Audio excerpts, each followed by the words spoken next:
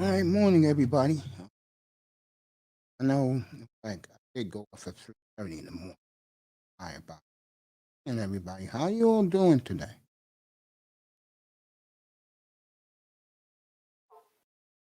Chilling right now?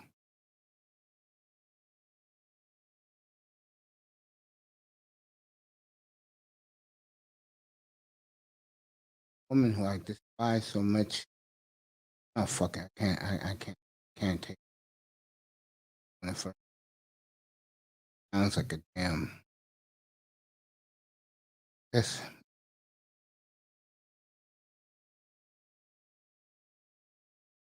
Hey, some good mornings. I know through the spear. Sheila E. Hell of a job. Good morning. Red Supreme. Good morning. Food is still on. Unbelievable. The underrated is interviewing Mahogany as we speak. People that are on right now that you would know. And shout out to all of them. Hope everybody out here have a good day. Before our guest comes up, I want to recap the baseball games. Chicago was up 4-0, and then it imploded as bully Astros do what they do best. They bully you. Night yesterday afternoon, beat Chicago 9-4. They have a commanding 3-0 lead now, 2-0 lead in that series. All they have to do is go on the road, and they'll move on to another ALCS. The Astros leaving a legacy of themselves. I said the winner of this series will win the pennant. So looks like it's going to be Houston against somebody. Wouldn't that be something? Rematch Houston and the Dodgers. Wouldn't that be? Wouldn't that be something? Yo, cool. I know you was looking for me, man. Okay, I appreciate that. Uh, um, I'll get back to the baseball because I have two of my favorite people who have arrived. First, she'll be up in a minute. Coon, yeah, you can come up, bro. Show me what you're working with. Let me get this ready.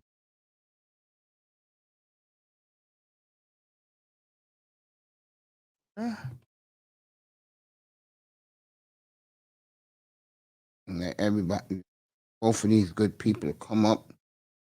Toya, usually I wouldn't, but because it's Coon and this is about business, a brand new intro in the working. There you go. Come on up, good people. That's that's why me and him. No, Toya, come up. Come up too. It's going to be quick. Don't worry about it. Come up. Not what you think. First of all, I give her applause when she comes up to the platform. I'll give both of them their applause when they come up.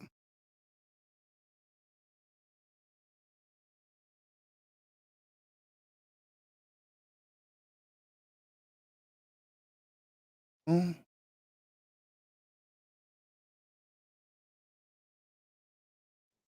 Toya, SKC. Yeah, I love that name for her, bro.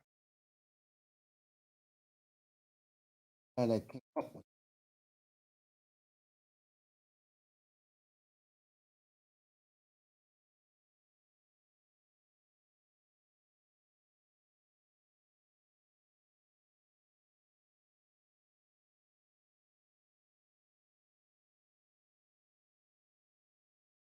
it. Okay? And my main man is here. Who else would it be? Was Peanut Butter Hero. What's up, champion? Good morning to you. All right, let's get this started. Yeah. Oh, okay, they're both here. Uh, Two of my favorite people in these YouTube streets. First, She's my co-host today, and one of the most lovely ladies you ever lay your eye on. Ask the guys in the spear. The beautiful Miss Toyah in the building.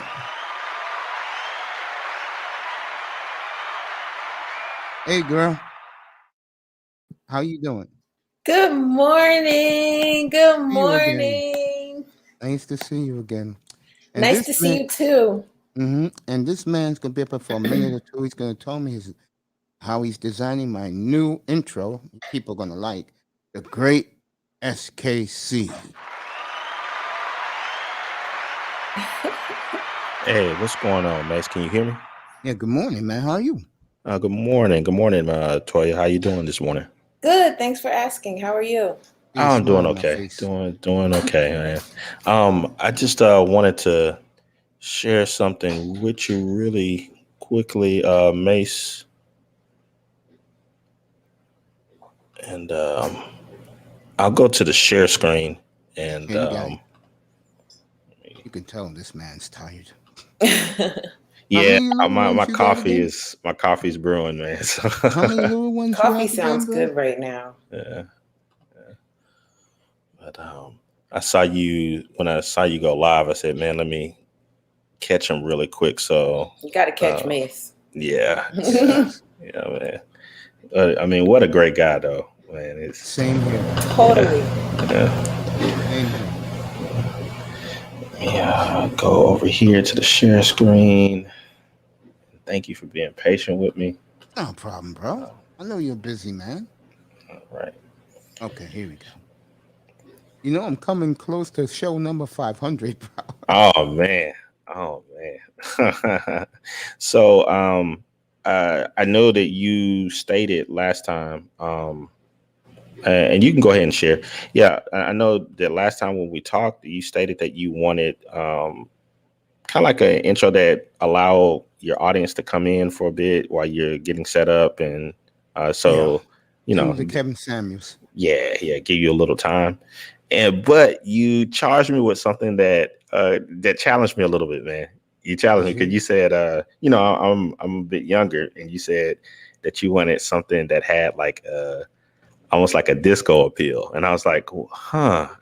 Now I know my mom and dad, that's their era, but I had to go into a little bit of the records and look up some stuff, and I was like, okay, yeah, I think I can pull it off. So I've been playing around with it, and so far, this is the style that I've come up with. And you guys let me know. Again, it's still a work in progress. I still have a lot to go, but I just wanted to give you a look at it, and you tell me what you think.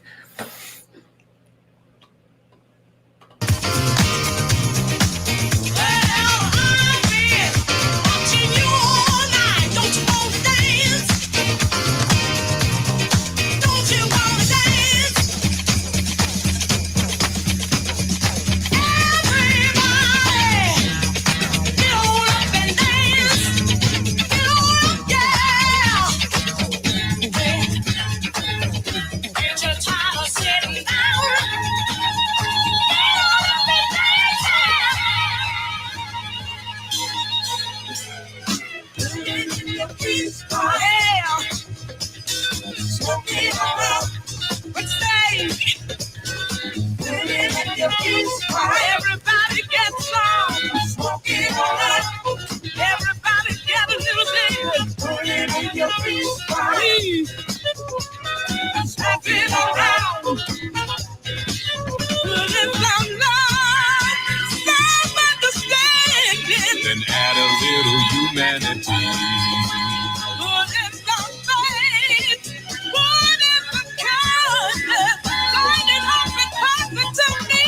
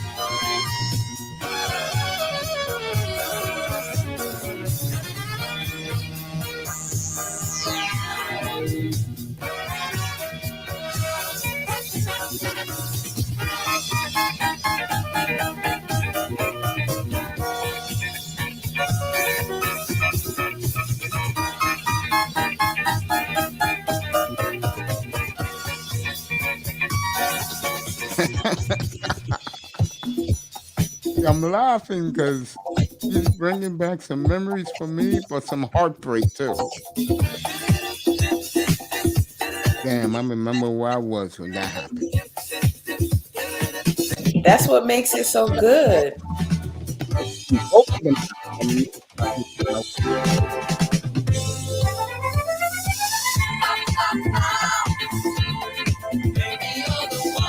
Yo, Coon, you really outdid yourself with this, man.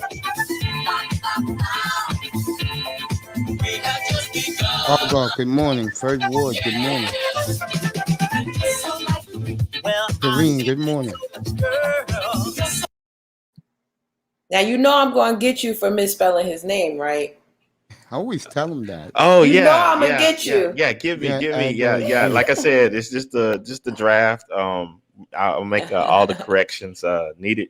All right, But yeah, I was just thinking about some ways to give them some time to get set up, get everybody in, get them.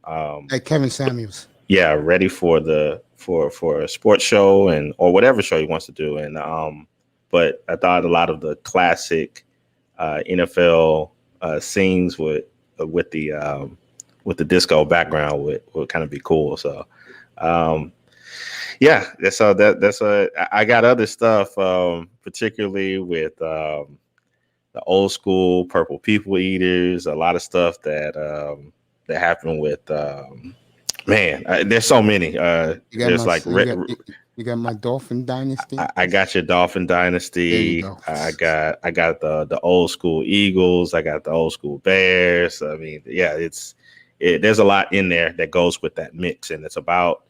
I'm gonna make it in 3 different sets. You'll have a 5-minute set, a 15-minute set. Yeah. And if you need to like take time in between, like when you have those really long sets and you need to go away for a bit, I made one that's 25. So, Jesus Christ. But it's a continuous. I am not complaining, bro. So again, bro, I keep saying it's a broken record. All of us in the Manosphere sure appreciate what you do for us, bro. Man, it's fun. I gotta share something else with you really quickly. Go ahead. Let me go back to the share because I was testing on my own channel a few days ago and getting some feedback from the audience, and some of them really liked it, but there was other parts of the mix that I'm using, and I wanted to get because Miss Toyah is up here, man, and she can tell me because you guys. Everybody in the chat, tell Coon if you like what he's doing for the one. Don't worry about. What are you calling him? Why aren't you calling him SKC? What are you calling him?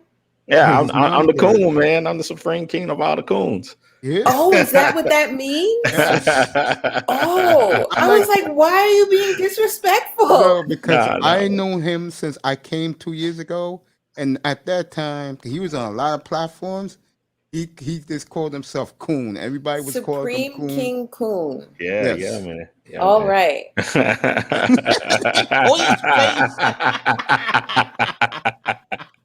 Oh my God, Slowfius is here. Good morning to you. I'm gonna give a shout out to all you in the chat in a couple after we finish this. But remember, let him know: 1, you like the stuff he's doing; 2, not really; or 3, it's too long. To me, it's not too long, especially if I start a show at 6:15. You're gonna see these clips at 6 o'clock while I'm getting ready.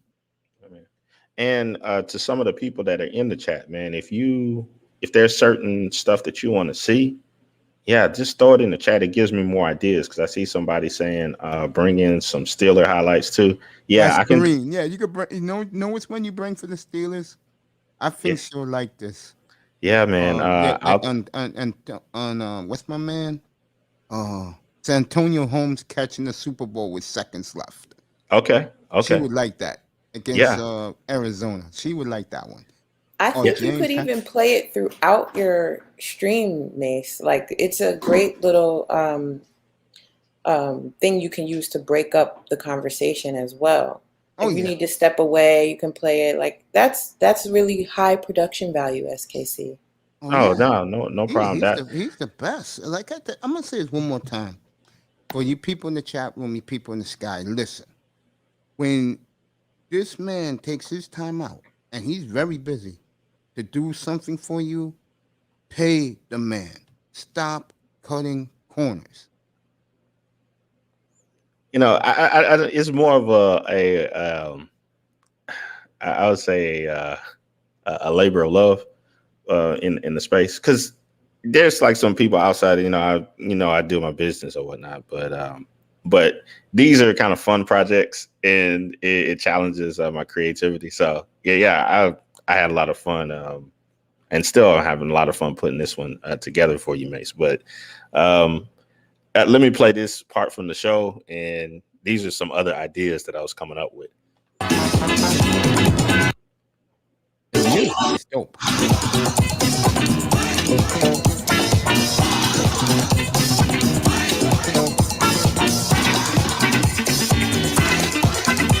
And this is just the musical underlay. I'm not going to show the stuff because I don't want to give too much of it away, but I just wanted to get your musical approval for this mix to see if it works for you.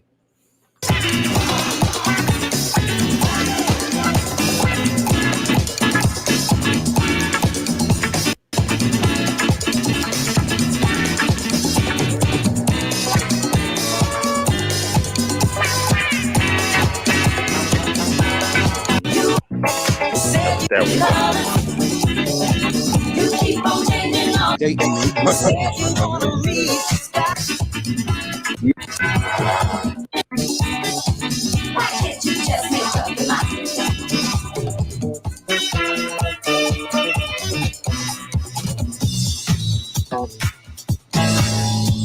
Oh wow, man. Even Toyah's dancing to this.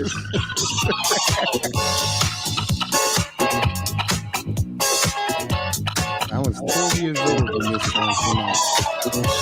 So yeah, that's a little bit more of that mix that it goes through. And I'm gonna tell you already for that scene, because I'm not gonna show everybody yet, but I know, Mace, you know the exact thing that I'm talking about. But Yeah. when it moves from into this, let me go back. Yeah.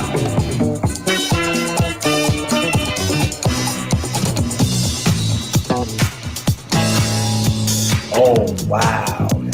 Yeah, that's straight Earl Campbell going through the middle, laying out old buddy with that helmet hit. Isaiah Robinson. Yeah, and as that song plays on, that's them ripping his jersey off. So I know people gonna love that one, but I want them to see it in its fullness. So that's why I'm not gonna show it right now. But yeah, that was the general idea. Give you some time, and also give you the ability to break up a few of your segments, especially when you're running long. And man, yeah, I hope you have fun with it once the project's done. I appreciate it, man. All right. Well, I'm gonna break out of here and let you guys have your dual hosted show again. Toyah, good talking with you this morning, and Good talking to you too. And I'll get in the clouds, man. You guys have fun. Only because you set it off all proper. You got us all grooving early. Thank you. No problem. All right, you guys take care. You too, man. I love you, man. The great SKC Supreme King Coon. I don't think I'm never gonna say that again.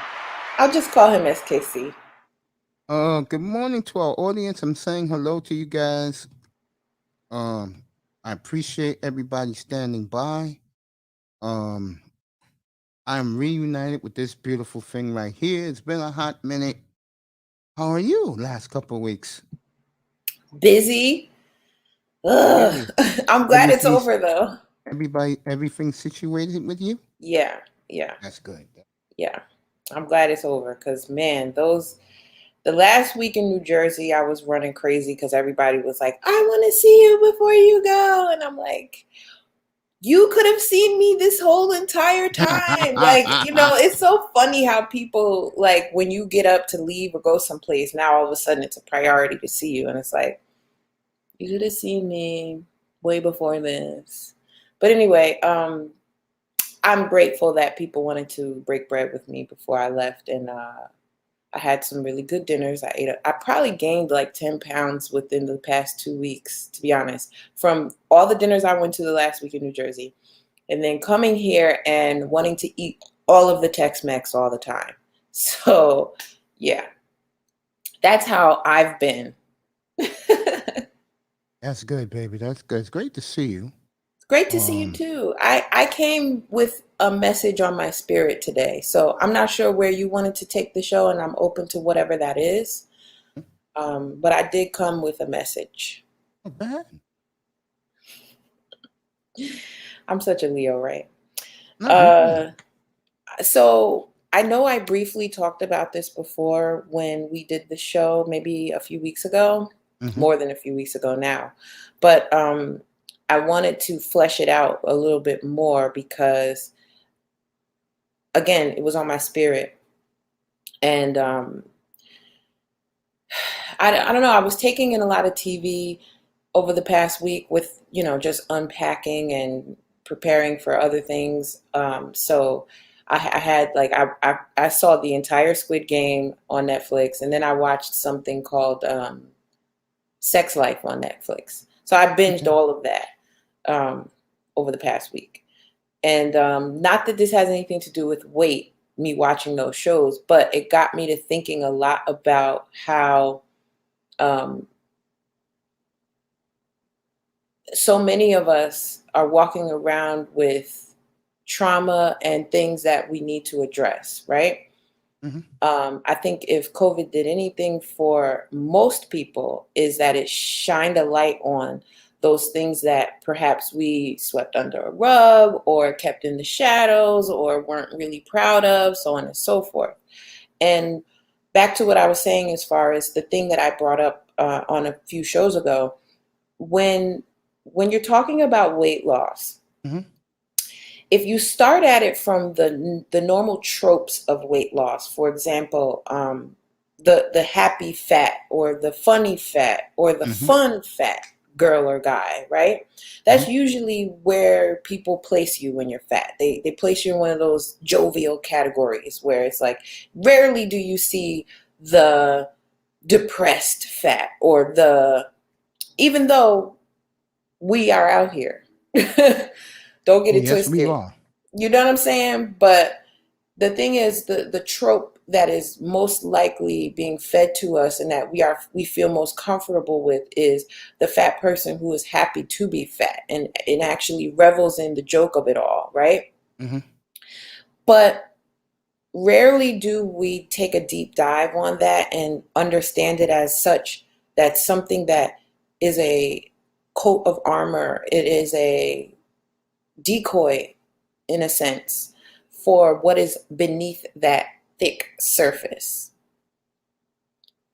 What I'm saying is, you might be more inclined to cast away someone who's obese, someone who's fat, and not take them very seriously, or not even think critically about them, right? Because if they're the person that's just laughing or having you laugh all the time or just happy to be there as long as there's food, then you tend not to think past that, right?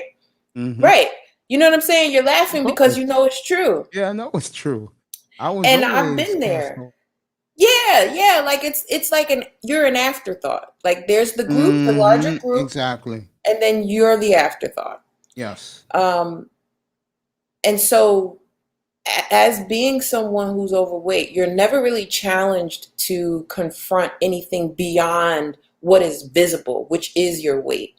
And that is so superficial that it keeps people from diving deeper into who you are and what your trauma might be, right? Facts, but it also makes it gives you an excuse not to as well. it gives you an excuse not to delve deep into why you have this armor, you have this extra. And that could be anywhere from 30 to 40 pounds extra to 100 and 200 pounds extra.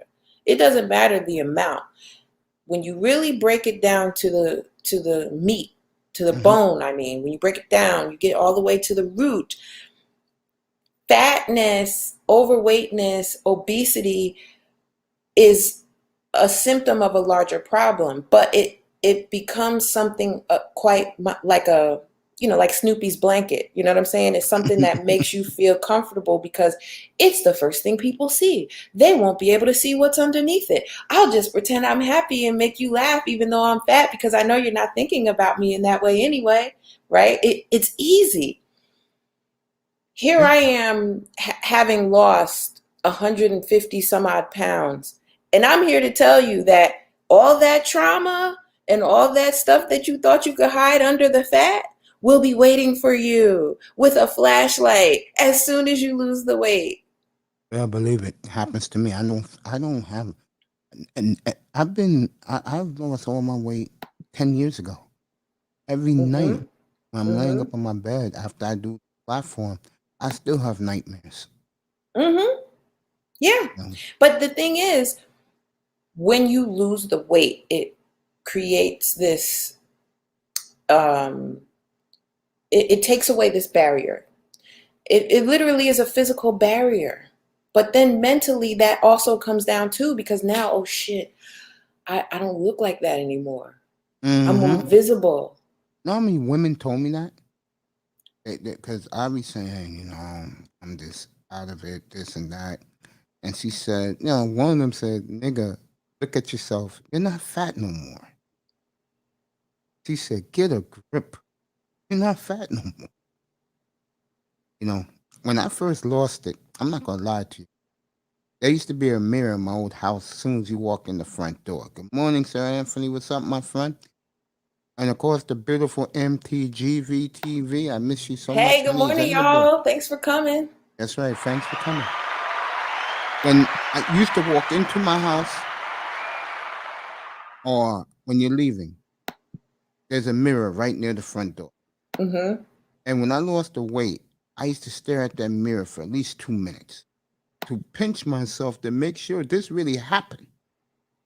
Because, like, how can I say it? Like, well, at that time, my entire life, every time I used to look at that mirror, I was a blimp. Yeah. Yes, it was. That show was awesome last night. I'm glad you appreciate Mr. Miami. Yeah, that show was like last night. Yes, it was. Lit like a bic. You could say that. It's a shame that our friend had to go to bed. She took her shower, didn't come back. Oh, I don't know what you're talking about, but that does sound lit. Good morning to everybody. And I'm going to let Miss Toyah continue to talk about what she's saying, because I said that the first time we hooked up. What she's saying now, she just put it in a deeper content. Yeah, I think I'm always going to put things in a deeper context. I don't do surfaces very well. But yeah, I think it's important to just identify the fact that, okay, we are a very superficially driven society, right? And there's nothing wrong with that. But it's important to understand that and harness it, right? And to use it to your advantage, because what ends up happening is we lose sight of the important things, right? What's inside is what's important. But how do you get to that if you have this fat barrier? Let's just call it what it is. That's what when you're overweight and you're obese, it's a fat barrier. It's a boundary to who you are and getting into that deeper context of you. I'm going to use your word. I'm going to keep using it. Because to me, and again, I was watching Squid Game, I was watching Sex Life, and both of those shows are very different. But the similarities that I got from it is the human condition. and the fact that we impose these things on ourselves because of what we think it looks like, right? So, when you start to break down all of those things, you got to get to the heart of some other things. And those things are not going to be easy. They're going to be painful because you've been putting weight on top of them for I don't know how long. And the reality of it is weight loss looks great on the outside, but on the inside, it's a minefield. Because again, like I said just a few minutes ago, it takes a flashlight and puts it on everything that you were not paying attention to because you were, It's true. and that's true with anyone. If you were to be honest with yourself, anybody who's listening to this right now, if you've put on weight that you didn't previously have, maybe you're not obese, that's fine, but maybe you're a little overweight. If you really took a look at yourself in the mirror and you thought about it, you could point towards something in your life that you've been neglecting. That's what that weight is. Every time you decide not to go deep into a deeper context about whatever trauma, whatever experiences that have left you shaken to your core, there's a reason why it's called comfort food. And, but you can't, the thing is, it's important for you not to take on the goal of losing weight without understanding what comes after that. Exactly. It's one of the biggest challenges a human being is going to take if they care to. And Sir Anthony, Squid Game is a problem. You need to watch it. Like, I'll be honest, I'm just going to divert away from the topic for a second real quick, just because the show was that good. But Squid Game, the first episode I saw, I was completely turned off because I'm not really into gore and, I'm just not really into that. I don't like scary movies, and there's nothing scary about it. But again, it's a very good look into the human condition and what folks will do when they are desperate. I'll leave it at that. If you can take the time, watch it on Netflix. It's great. Can't wait for season 2. I blew through season 1. You know what? It's funny you say that. They don't make show seasons like they used to. No. But when you are throwback like I am, I guess Sir Anthony is, Mr. Miami, and anybody else over the age of 45, when you buy like one of your favorite shows, like I'll use me. When I bought the show, this was like 12, 13 years ago. Mr. Miami would smile like this. When I bought Vegas, the collection, I watched the whole first season in like a day and a half. Okay. I was just mesmerized watching something that was in my early teenage years that you never thought they would put on DVD. And the cool thing about back in those days, I should get those TV shows for like $15. Because you know how people live in the now. They don't live in the past. Right. And I live in the past a lot when it comes to television. Mm-hmm. So, a guy like me, I tell you, today's television, I cannot stand it. Yeah, It is trash. It's pretty bad. Yeah, I mean, there's still some good stuff out there, but a lot of it's trash. I cannot watch these reality, what they call them, those shows. Yeah, reality shows. Yeah, I can't watch them. Bizarro reality shows. Yeah, I can't watch. I don't watch them either. Like, I stopped a few years ago. It's not really my bag. Like, and this is another thing. Like, a lot of this stuff that people consume, they're not thinking about what it's doing to them. Mm-hmm, and then before you know it, you're looking up and you're thinking that you need to go have fucking plastic surgery. I'm sorry for cursing. It's okay. I'm just shocked you did. But like, no, seriously, as a woman and being in circles with women that always want to talk about shit like the housewives and Love and Hip Hop, and yeah, I watched that when it first came out. I did. It was a form of entertainment for me at a time in my life when that was where I was operating from. It's no longer where I'm at now. This is not to say that I'm better than anybody who watches it. It has nothing to do with that. But when you start to prioritize your mental peace, none of that will be entertainment for you anymore. And I that's just totally where I'm agree. at. I totally agree. And when you start watching things like that ad nauseum, and you start to normalize those guitar shaped looking bodies, then you think that that's what you need to look like. And now all of a sudden, you're going to get cement pumped into your butt, or you're going to get something cut off, and I'm just saying, It's like, pathetic.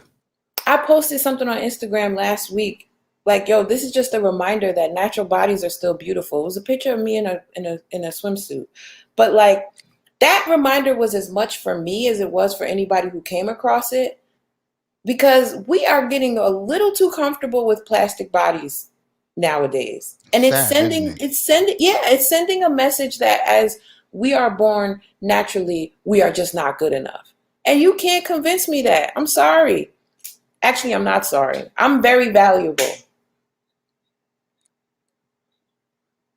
And what these women who do this, what they don't realize, the only guys who really are chasing them are firstly men.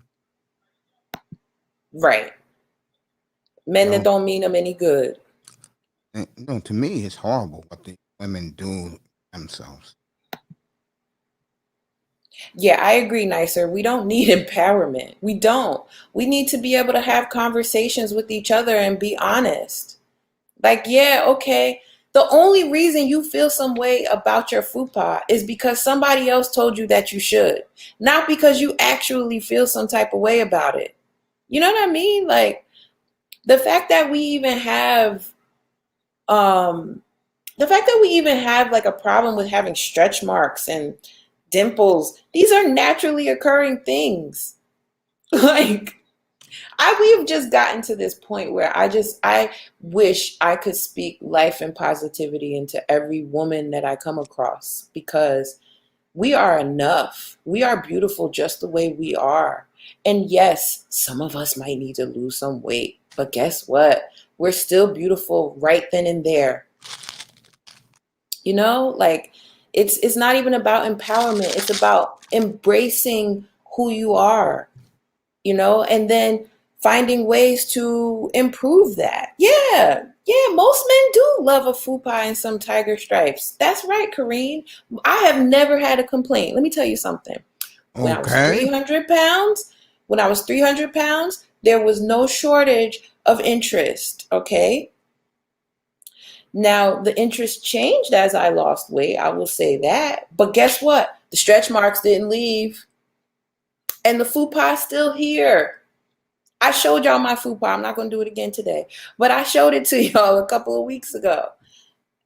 And it's fine. Like, this obsession that we have with nipping and tucking and, everything.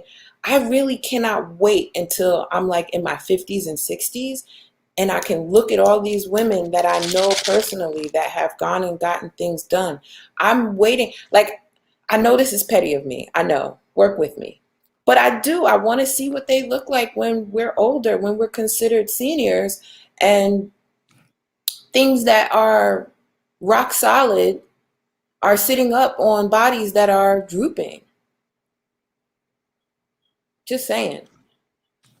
That's the little petty Interesting. side of me. Like, I want to see that, because also, like, as you age, things start to drop, gravity takes place or whatever. I'm guilty of that. I know what that feels like.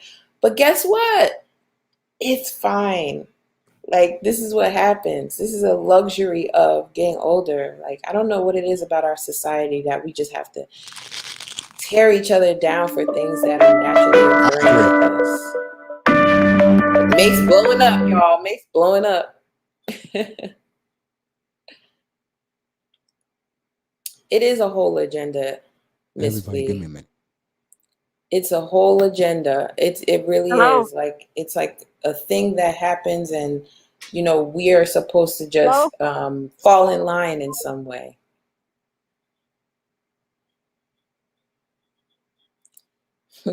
Mace blowing up. Really. I like that Mace wore my favorite color today, though. Red is my favorite color. He knew that. He's like, I'm putting on her favorite color today. But All right. Keep talking, baby. yeah. So anyway, I think the unpretty side of losing weight is really just that, having that barrier come down and having to really take a look at yourself. And even, I mean, in general, that's just part of adulthood, right? As we get older and as we experience things, it forces us to contend with those aspects of ourselves that no longer work for us, those modes of operation that are outdated. There's somebody, like I was listening to somebody last week, and it just made me think about James Keels, because he was talking about sleep apnea, and there's a correlation between having sleep apnea and being overweight. So I have a feeling it was disconnected. What'd you say, Mace? Oh, he must be on the phone. But anyway, yeah. So there's a correlation between being overweight and having sleep apnea. When you go to lay down, the weight and the pressure that it is on your lungs, having the difficulty of getting your breath and all of that. I'm not a medical professional, so please don't quote me. But it just made me think about the fact that our bodies will tell us, our bodies will send us red flags when things aren't where they need to be. And so that's when you need to consider making changes. It's never about what you look like or how people perceive you. It should always be about feeling your best, because how can you do and be your best if you don't feel your best? And so again, it's about making yourself a priority. We live in a world that tells us we're not good enough from the time we're able to conceive that message. And it does a really good job of playing on that, planting that seed and watering it so much that it grows into a big ass tree of other insecurities that you would have never had if somebody didn't tell you you weren't good enough in the first place. I'm back. Mom is Oh, that was mom? That was mom, yeah. Oh, shout out to Mace's mom. Yeah, that was mom. That wasn't anybody tried to blow me up. That's my mother. Hey, you don't have to tell us. That's none of our business anyway. The day a woman calls me, it'll be on CNN headline news. Don't act like that, because I've called you before. No, I don't think about that. I just have fun with myself because I'm used to doing this. Because when I used to be so obese, you have to make some fun of yourself. If you don't, you're gonna get into a deep depression. That's true. That's a fact. Say that again. That is so true. Sure. You have to make fun of yourself, because if you don't, you're gonna fall into a very deep depression, and that's not good. You want everything. And when you're obese, you're gonna have a lot of rough days, folks. Yeah. Depending on how long before you decide to lose the weight. Yeah. You're gonna have some brutal days dealing with people. Okay, It's just the way it is. But the one cool thing about when you lose the weight, like I did, Toyah, you're free of anything. People staring at you like you're a freak show. People making fun of you, talking behind your back like you're a dog. Yeah. And what's funny? When I lost my weight, one of the first things I did was I cut everybody off. You told me that. Yeah, and that was the best move I ever made. I'll say something to all of you in here, and I'm not just saying this to say this. I enjoy all of you. In 2 years, I've known a lot of you than the people I knew the first 43 years of my life. Telling you. And now that God bless me again, every day for me is a good day. And I say it all the time on my platform here. every time I see all your names in the chat room, that puts a smile on my face. That tells me we all living to see another day. And to put a little exclamation point on what you just said, I think that is why we are all here.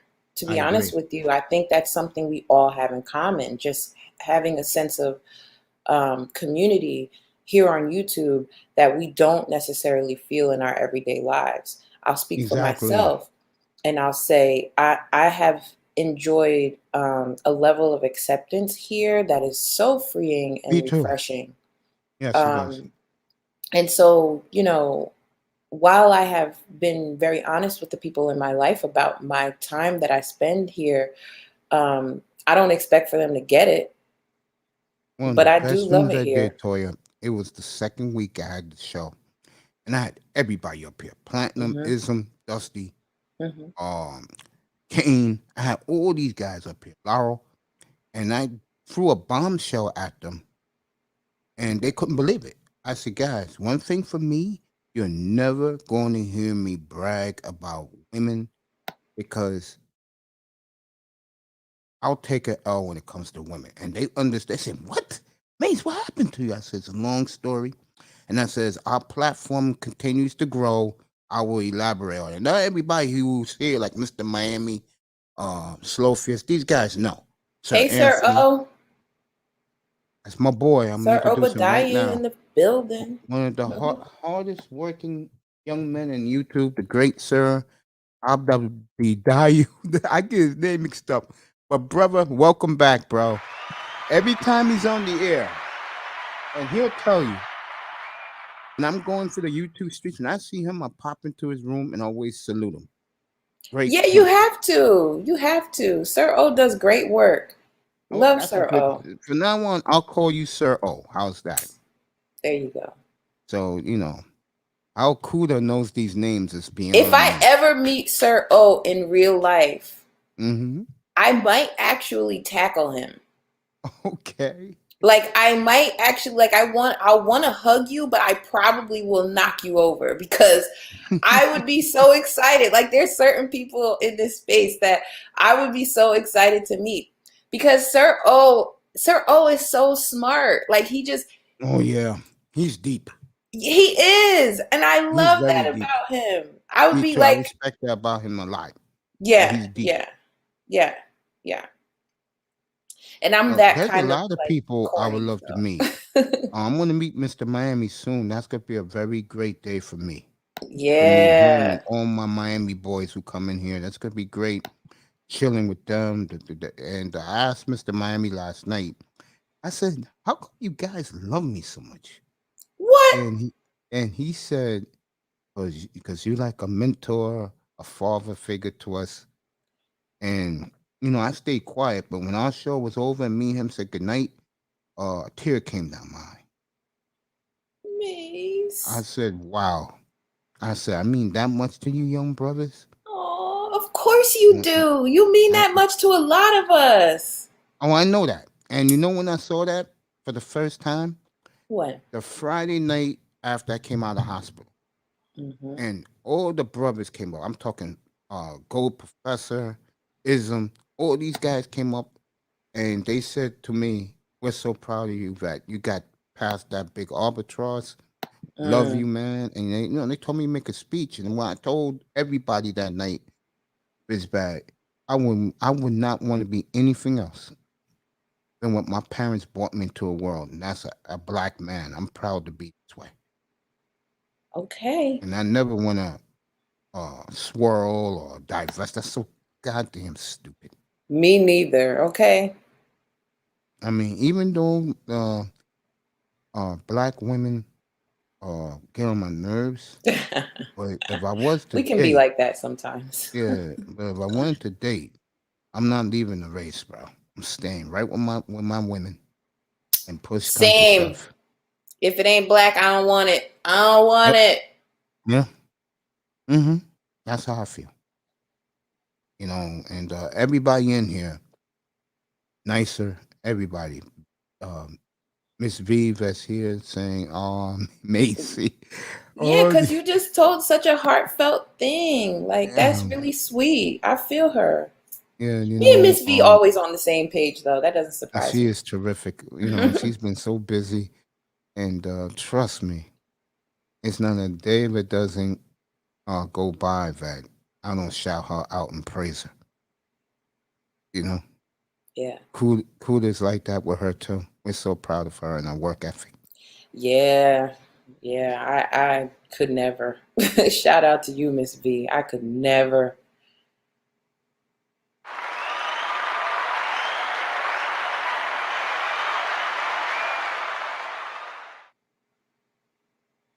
There you go, baby. There you go. Black only. Exactly. Yes. There you go. All black all day. There you go. Hell yeah. I wouldn't want to be Yeah. anybody else. Nope. I should get criticized a lot that I sound white. But the only reason why the only reason that I do at times is because my parents raised me well. And they taught me how to read and write when I was 4 or 5 years old, no lie. It got to the point where school was goddamn boring to me after. So shout out to my parents, and I miss Calvin Rogers in the building. I'm just lucky that I'm still here. That's all. You're And supposed to be here, Mace. You're supposed to be here. yeah, That's a that's lot of what you guys told me that. that's it's the truth. It's the truth. You wouldn't be here if you weren't supposed to be. You're doing what you're supposed to be doing. That's why you're here. Just to be that mentor and that light that you are to so many of us. Give me a second. Oh, okay. We love you, Macy, with the good hair. Shout out to Mace. This is why it's important to give people their flowers while they can still smell them. I will never miss an opportunity to tell somebody how much they mean to me, because we are all living a life that can be hard sometimes. And, earlier in this conversation, I made reference to the fact that if COVID hasn't done one thing, it has allowed you to sit back and take stock of things. And it has made me more grateful than I've ever been. And I've always been a pretty grateful person, but I am more grateful now than I have ever been. Every morning, I'm even more intentional about saying the affirmations that I usually say daily. I do whatever it is that I can to express to the people I love that I love them. So important to give people their flowers while they can smell them, because you will regret having not done so when you can no longer do it. My father, for example, although he wasn't a part of my life for a large chunk of my life, I can't imagine him not being here now. We took the time and mended fences in such a way that he has become a very necessary part of my life. And I truly do love my dad. And I never miss an opportunity to tell him so. We can't make up for the time that we lost, but that doesn't even matter to me. Even friends, like, I don't know where we got to this point where we feel like we can't tell our friends that we love them and say it loudly. We should. We should I always say it give all them the that. time. And Yeah. here, I tell guys, I tried to tell it the platinum said, "Don't do it, man." Because it's seen as corny for whatever reason, but it's like, no, but I really love you though. Yeah, the platinum don't like when I do that with them. Well, he just gonna have to deal with it because people No, love him. I respect his wishes. Shout out to the great Platinum Elite who's live I right mean, now. yeah, you always. should respect his wishes, but at the same time, fuck all that. If you love him, tell him you love him. He can't He stop knows you how I from feel. telling you. He Telling knows how him. I feel about him. He knows how I feel about him. I am up Good. here the other night. I was shocked he dropped by, but he did for like an hour. Okay. He's too. These guys. I keep telling people the isms. I don't know where Dusty is. You're welcome, Miss B. Platinum. And by the way, a young woman who has exploded. I mean, exploded, guys. And she does 10-hour streams, 12-hour streams this past week. Sheila E has taken off. If you like what somebody like Platinum does, what Ism does, Sheila E does it in the reverse. Which means that she has who's that chick? She has Bon Sherry as her partner. And my God, are the men coming at them. But hey, they got she's done at least 12 hours every day this week. So shout out to the beautiful Sheila E.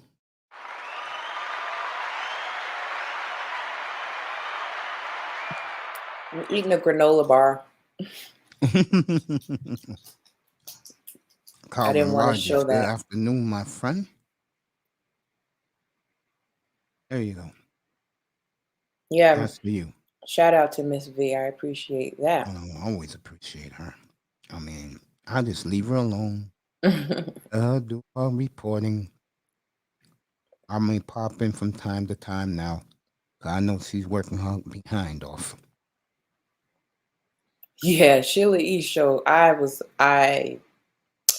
out to Sheila E. Shout out to Sheila. It was lit. Yeah, it was lit the other day. I was in there too, sweetheart. I think I said hello to you in there. I was in there. I think I was in there for 3 of her shows. Oh, it's lit. Okay, it's Mr. Miami saying hello to everybody. Yeah. Wait, getting back to the dialogue.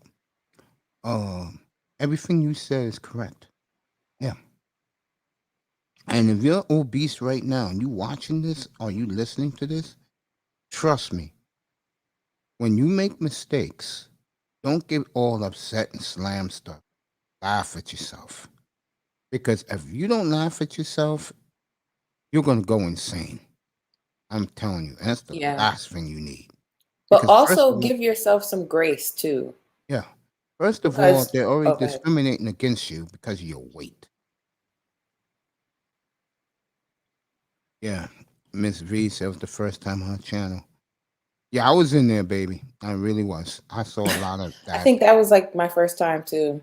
But I'll be honest with you. Now I see how it feels when people come in here or people are watching this show. When you start doing past 6 hours, people are saying, you know what? I'm checking out. Oh, God, is Sheila E. got a goddamn marathon. Excuse my language. She got it for me, Platinum and Cuda. So shout out to her. Because I'll say it again, folks. Nice has been here most of the time, Mr. Miami. When I do these streams, not Toyah today, but when I do my sports streams, folks, the average one now has gone up to 8 hours now. The average, according Marathon to the Mace. You know, used to be 6.5, then it went up to 7, then 7.5. Now it's up to 8, a little over 8. You know, and you can watch me for 8 hours, 9, 10 hours. Oh, God. But again, it's not about me. It's about the people in the audience. So, and the people in the chat who supports me every day. So, let me tell you people, you good people, this. In the 500th show, that should be sometime, if not the end of this month, very, very early November. I'm going to do a trivia question about me. And whoever gets is going to get very, very nice cash app coming from me. Oh, wow. So, look at you. By the way, take this, sweetheart. I'll be back in a minute. Mom's here. Okay. So who's ready to do some tutoring? What do you want to learn about today? I'm just kidding. You know what? Speaking of tutoring and my grammar snob nature, there's someone named Cleotrapa on Instagram, and she has been putting up some really funny videos with reference to how words trip us up. And the most recent one she did was the difference between specific and Pacific. She's really funny. I admire how she's taken this and made it satirical, to get people to learn words and how to use them. And one she did was on the difference between we're, were, where, and where, which I loved because people really do get those mixed up. So yeah, her name is Cleotrapa, kind of like Cleopatra, but instead of Patra, Trappa, on Instagram. And yeah, check her out because that's the kind of content I like. I like the kind of content where it's like, okay, we're not shaming you for not knowing how to use the word correctly, but we are poking a little fun at how incorrect a lot of times we are. You never mean to say Pacific when you say it. I'm telling you, it's specific. There is an S, and there's actually no A in the word. Specific is SPECIFIC, specific. But anyway, while Mace is gone, I'm just going to take this opportunity to tell you a couple of my pet peeves that I hear people say a lot. Like the word weary, for example. People use weary when they really mean wary.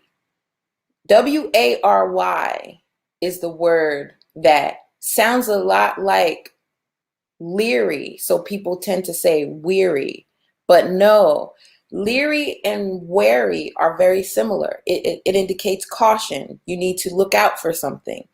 Wary is kind of short for awareness. So when you say weary, you're meaning tired. Weary means worn out, means tired.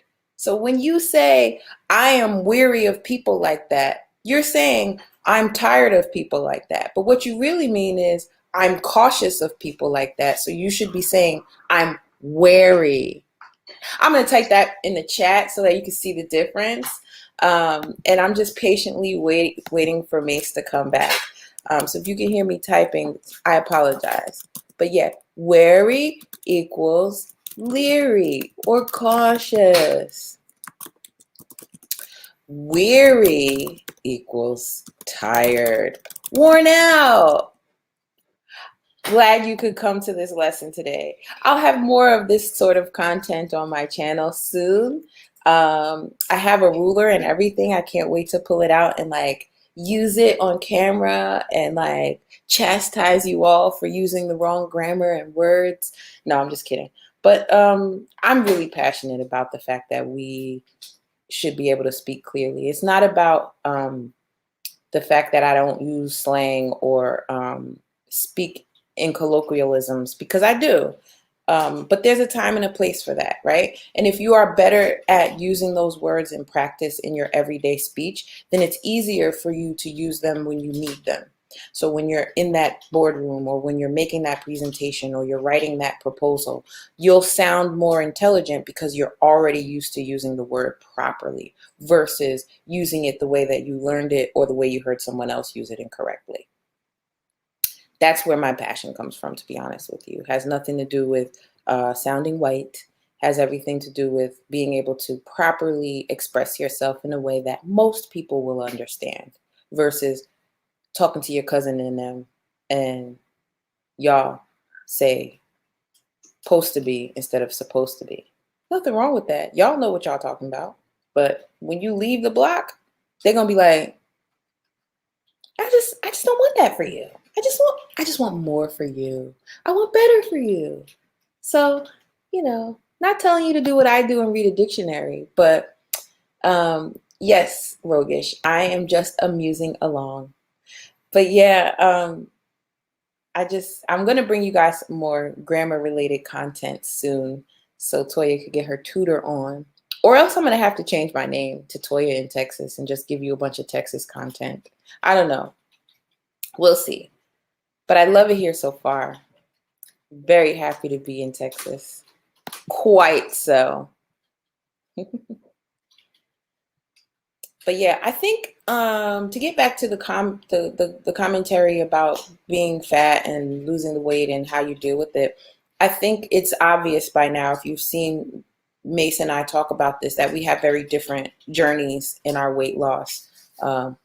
And so that being said, my experience is going to be very different than his. But it doesn't negate the fact that of what I'm saying in terms of being willing to do the work once the weight comes off. It's a never ending thing. I'm not coming to you and telling you that after I lost all that weight, that no problems in my life exist. That's not the case. And even though I've overcome quite a bit of my traumas and I'm still working on them every day, life doesn't stop. So, you know, I guess what I really want to drive home is the fact that as you age, you really just have to be more brave about confronting those things. Otherwise, you'll stay stagnant and you'll just watch it pass you by. You'll watch people eclipse you. You'll watch life move on without you. And that's no way to live. You know, the first step I took towards living a better life was losing weight. That was just the first step. I still have to keep walking. And you know, I just want to stress the importance of understanding that it's important to have that self-love and a self-acceptance before you embark on any type of journey like that, so that as you're traversing those roads, you have a sense of dignity that remains intact, that allows you to keep pushing forward. But that's an inside job. You can't get that from anybody else. You can't download it. You can't go to Dr. Miami and get it. You know, it's not in the bottom of a bottle. It's not in a spoon. It's not in a pipe. These are things that, and I understand how many people think it is in those things, and they go searching for it in those things. But I'm grateful. I'm going to say that word again. I'm grateful to be in a place where I don't have to do it that way. I'm lucky enough to know that it's an inside job, and that the further I go inward, the better off I'll be, the more beneficial my life will be, the more I can be used. You know, you can't be a resource to anyone else unless you're resourcing yourself. So again, inside job, gratitude, grace, you know, understanding. Now, what about if we actually practice that and imparted that amongst the people that we come across in real life? And heaven forbid we did it here on YouTube. Oh my gosh. Instead of like beefing with each other on on Al Gore's internet, you know, we get up here and act the fool, and it's a digital platform. Sorry like it, for the you delay. know, I'm just saying, I was just waxing poetic, Mace. You can cut me off. It's fine. If you don't know by now, I know a lot of my audience here on a nightly basis know this. Me and my mother's not the closest Oh, mother and son, I didn't know that. but you know what? The other thing people know is that my mother's not doing too well. Oh, So wow. yeah, she has stomach cancer. So Oh, say wow. prayers to my mother. My mother. Whenever she wants to come, I just let her come. Yeah. I just say, stay over there in the front because we got a big place here. Okay. Enjoy the TV. And I told her I'll cook for her later. Oh, that's so sweet, Mace. Yeah, I'm gonna make her some barbecue chicken Okay. today. I'm a little jealous, Hey, but I'll I'll say be it all right. again.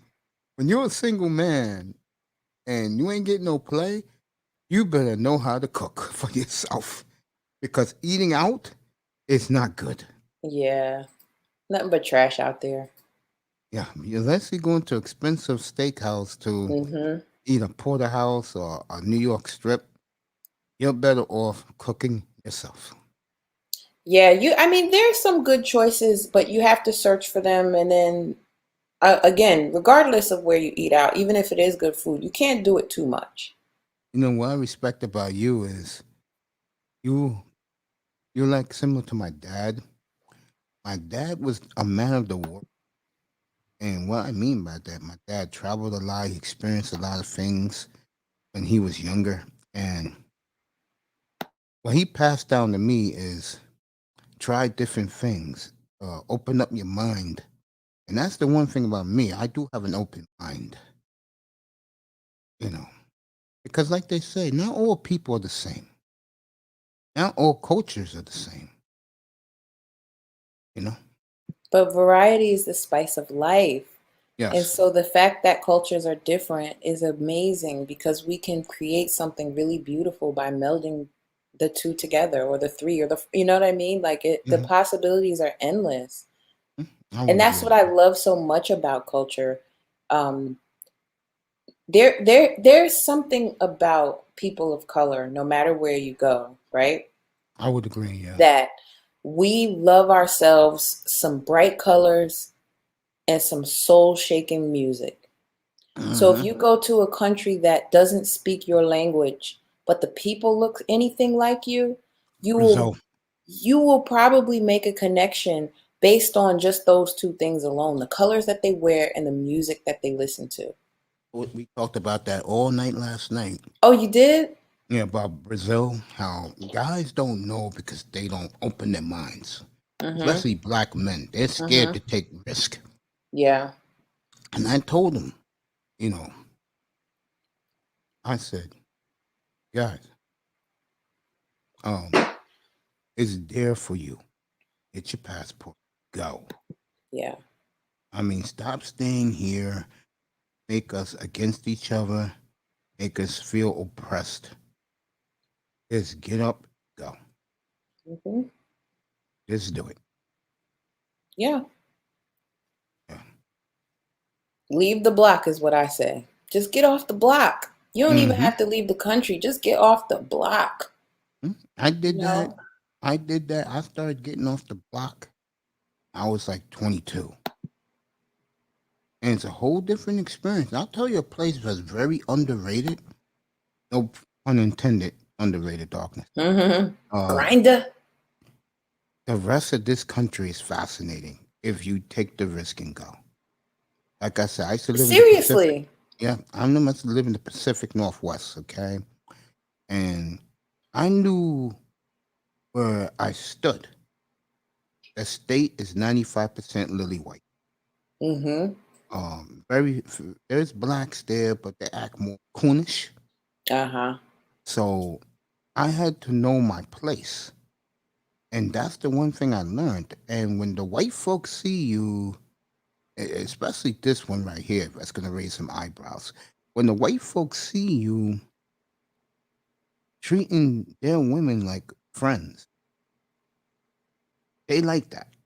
Cause I had no other choice. I didn't live. What I mean by friends, folks, if I go to the supermarket or I go to the diner, I'm very nice to the waitresses. I already miss diners, Mace. Me How too. dare you bring that up? Yeah, I'm not rude. I'm not pompous like the pompous New Yorker. I was like everybody else. The only difference was I was black. And And handsome. thank you very much. And when they see me come in the door, they already know what I want. There's smiles everywhere. The cooks are smiling behind the Mm-hmm. counter when they're cooking. They say, Mm-hmm. "I mean, I know what he wants." Ah. And I'll never forget one of the waitresses said this to me because those trucking guys love their women, bro. Like that show. Remember that show, Alice? There you go. Remember that show, Mr. Miami? Alice. Come on Sunday nights on CBS. I'm gonna Grinder stay. Rogus stay. Uh, Whenever she's ready to bring you guys up, we'll do it. It's up to her Yeah. when she's ready. Yeah. In a little bit. Okay. I know Grinder just came off because He was he was talking interviewing to Mahogany. Mahogany. Yeah, they had a chop up, so he called it. And I really enjoyed how they were bantering back and forth and being so open with each other, and with the audience. That was a great build, you guys. Good job. as soon Grinder. as That was Darkness gets interesting. up here, the question I'm gonna ask him is, how does he like interviewing people more than talking about his content? I've had so many people tell me, Toyah, they love when I interview other concept creators from the manosphere. They love it. Yeah. And they say, hey, Mace, I didn't know you was this good, man. Honestly, I you said, can do no wrong, Mace. really? You really, I mean, you have, we all love you. And like, it's just something in you. Like, it just comes out. Like, you're intrinsically good. And that's what comes across on YouTube. It Yeah, just comes across. Allison Tommy, her son. Yeah, you're right about that. Mr. Miami, we're old, bro. We're getting up to age. Well, I'm young, so I don't know what y'all talking about. And that's you, baby. Me, Mr. Miami, and Grinder, we're getting up there age. I don't know what Alice and Tommy is. Look at that. She don't even know what the show Alice was. I don't even think. What year that show went off the air? Like 1980, what? Like 84, 85? That show Oh yeah, had I was like a newborn. I was okay. like an infant. Okay. Yeah. Yeah. Me and Mr. Miami are up there. For him, he was a child watching that. For me, I was a young teenager watching that show. Life, let me put it this way. Life for all of us was very different in the 70s than it was now. It was very different. 70s was terrific. 80s, I couldn't take it because I was going through that trauma about being obese. But I think what changed me was when my nephews came into my life, and they were little toddlers, and I had to, watch them, clean them. As soon as I walk in from work, the diapers are stinking. Changing diapers. I know how women feel. Oh man, I know how they feel when it comes to that. There you go. Yeah, I know how women feel, folks. This change diapers. Yeah, I don't have very much experience with that. The little bit of babysitting that I did do, Mm-hmm. I always struggled with changing diapers. No one ever really like taught me how to do it, and I would always It's put like them on cleaning yourself. backwards or. It's like cleaning yourself. Differences with those little people is that it stinks more Oh my God. and as soon as they're cleaned up, I know my two nephews, they knew my routine. So when I used to clean them, make sure that they don't stink no more. They used to lift up their butts so I can put the baby powder. then I would pat them on their little butts, and they would love Oh, that. They would, oh. oh, dude, those two little guys at that time did not like milk. They love juice. Oh, that sounds like me. Yeah, they love I juice. love juice too. It is, folks. Look, I know at times I used to bash that type of stuff, but when you live it and you think about it, and in my case, they are so grown. I mean, when they had their 30th birthday this past summer, and I didn't know how to deal with it. I'm like, damn, they're 30 years old already? But back to the topic, everybody. I don't want to bore you. What I was gonna say? Oh, yeah. So anybody out there who faced trauma being obese, who was tormented, always keep a positive outlook on things, because you just keep saying in your life, things are gonna get better. Things are gonna get better. And once you accomplish the cause and lose a nice amount of weight, you're gonna be so proud of yourself. It's like you climb Mount Olympus, lose that weight. You're gonna Yeah. be like Rocky on the top of the steps. Yeah. My mom's name is Adrian. I don't honestly don't shoot me, but I don't think I've ever seen that movie. I just know that quote, "Yo, Adrian," because that's her name. Don't let any Philadelphians know, like Fireman 2531 or onesies. That's why I Don't. said don't judge me. No, those guys are proud of their city. They So should shout out to be. those guys. Hey, look, when I was younger, Toya, believe it or not, I was ashamed being from here. Really? Yeah. But you know Why? what changed? But you know what changed my mind? Like made me change a complete 1,080-degree turn about New York. Was that you can't run away from where you're from. You have to embrace it, blend in with it, and deal with the hang-ups it does for you.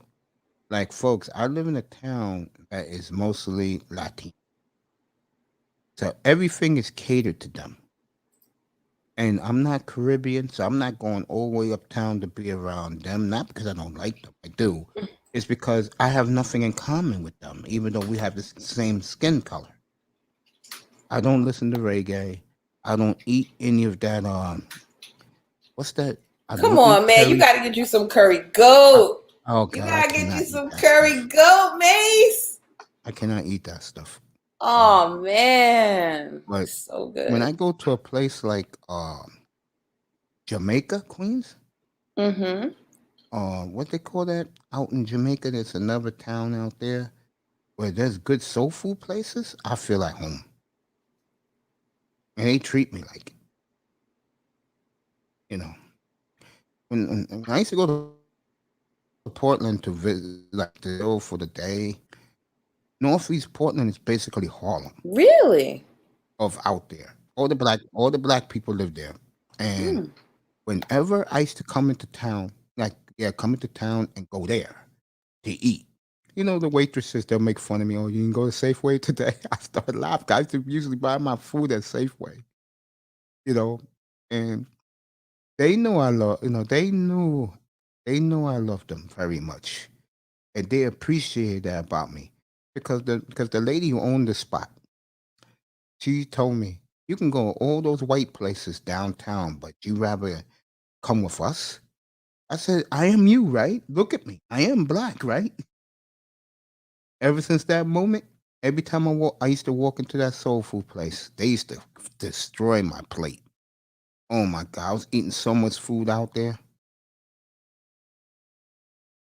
It was crazy. And that's the one thing, if you don't realize it, I don't know in you guys' cities where you all live in, but here in New York, there are no soul food places. And the places that claim it, it's Africans cooking, Mexicans. I'm like, get the hell out of here. It's not no real soul food. At least white folks know how to barbecue, especially the ones who live down south or from the Midwest. Those folks know how to cook, at least. These foreigners trying to cook our food, that's not working with me. I can't speak for all of you, but that's not working for me.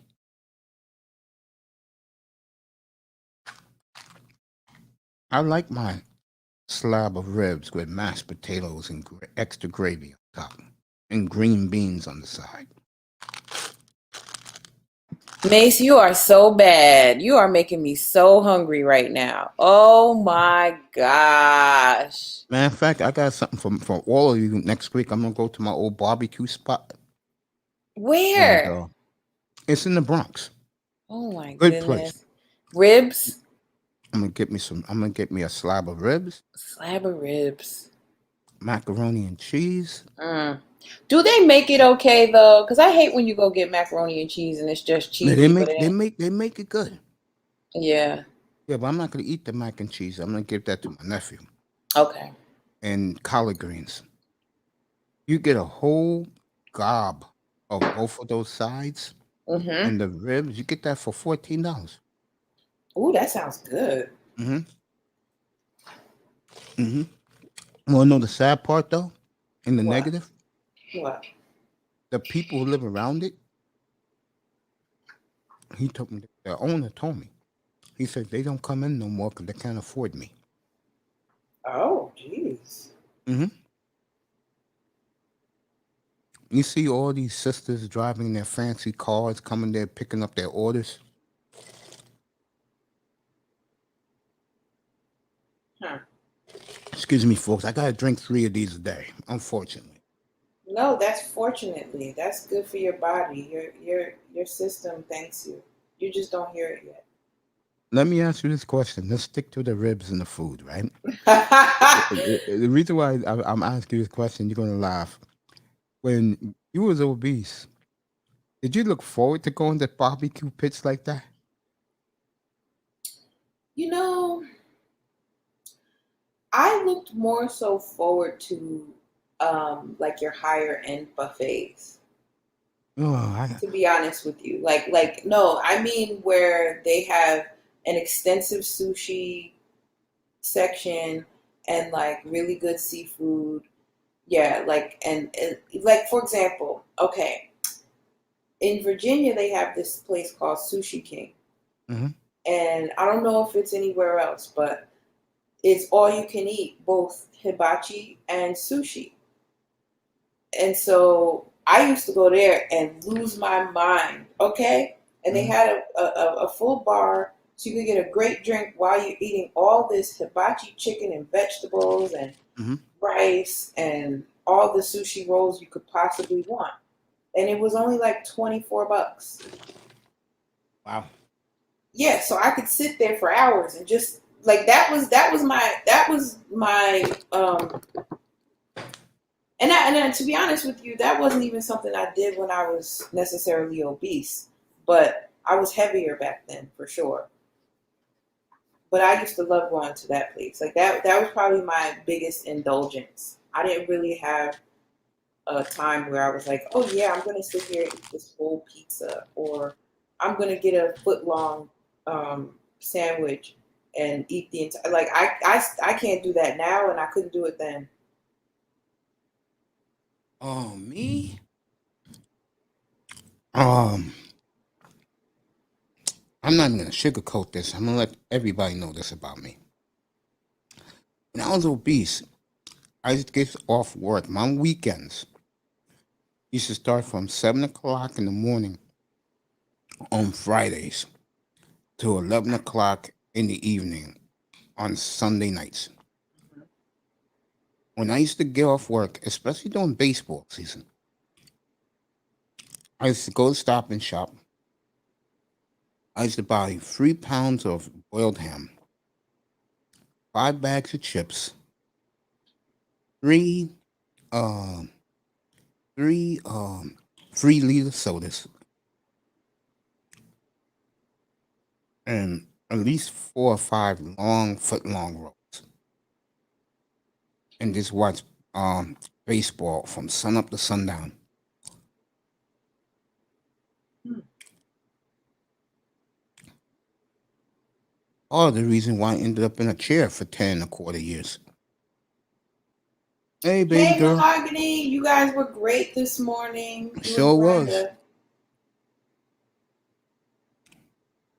Okay, baby, we love you. Yeah, she gave Brenda all her time this morning, so I know she got stuff to do.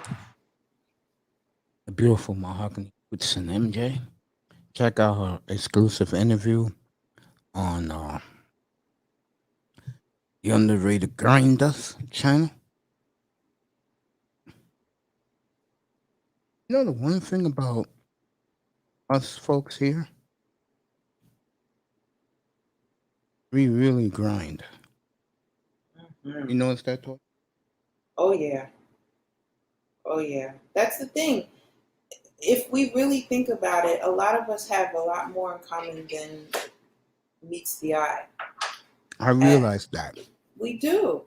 That's It's why we're true. all in this space. We all want better and want to be our best. So that's why we're here. And the minute we both, acknowledge that about one another, the better off we'll be. Because all this drama and arguing and fighting and all that stuff is literally just static in the way of us coming together. just the way the man wants it to be. Right. Exactly.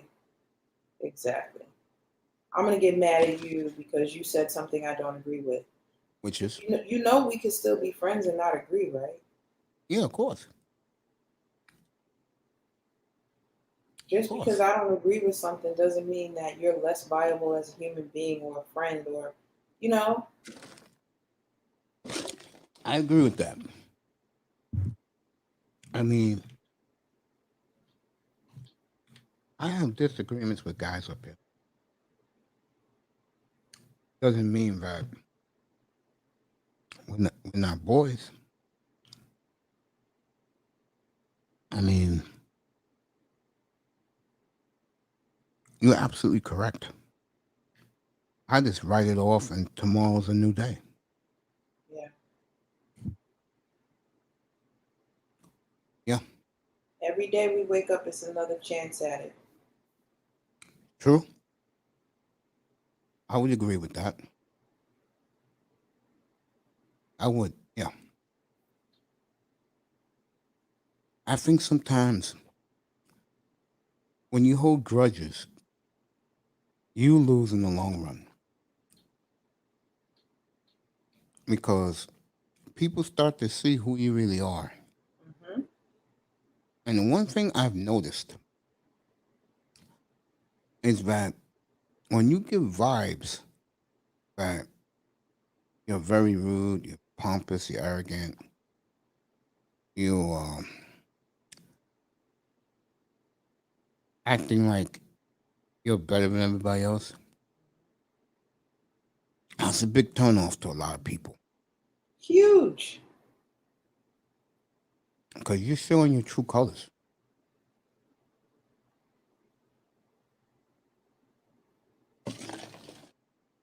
You may think when you're doing it, no one cares. But the Rocky, but people look at you in a different light.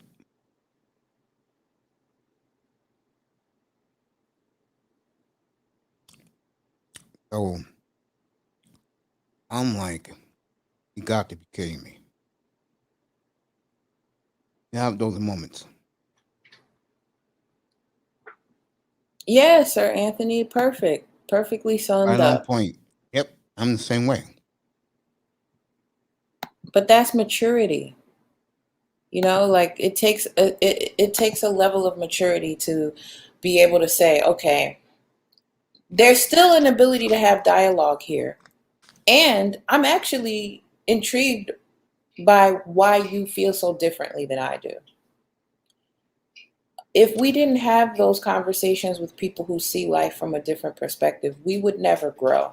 We would just sit in our own vantage and purview all the rest of our lives. And what does that do for you? You can't be doing the same things you were doing at 16, at 40. You ain't lying about that. And if you are, you look crazy. You look real crazy. I totally agree. I totally agree with that. Yeah. I mean, you can't be doing the same things at 45, 55 like you tried to do when you was 18. Yeah. I mean, tell you, one of the best decisions I made early in my weight loss, I said, no, I'm not going to try and catch the pass. I missed out on fun. That's my loss. Let's start a new beginning. That's the way I look at things. Good for you. Good for you. That's awesome. You know, when you're 55 years old and you're hanging around 20 something, that's a bad look on you.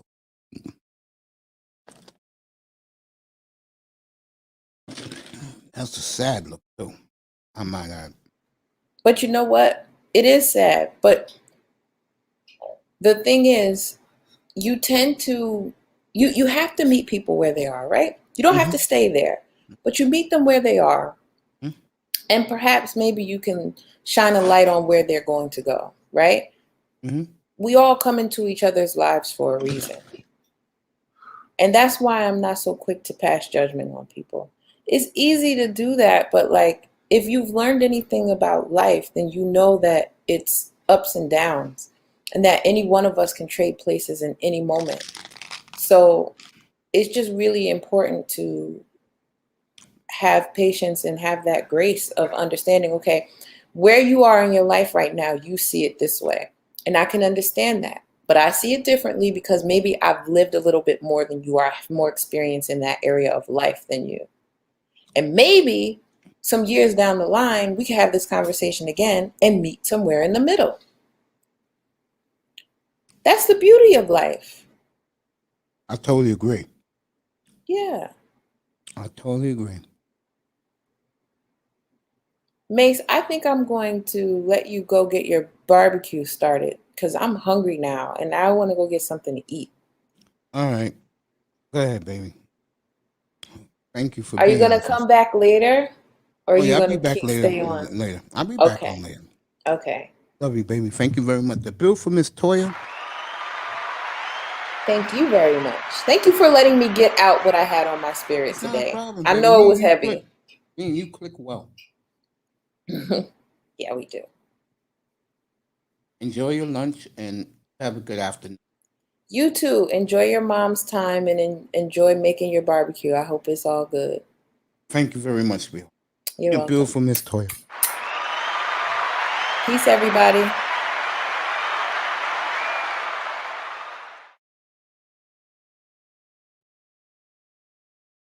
All right. You want to come up? Come up. We chop it up.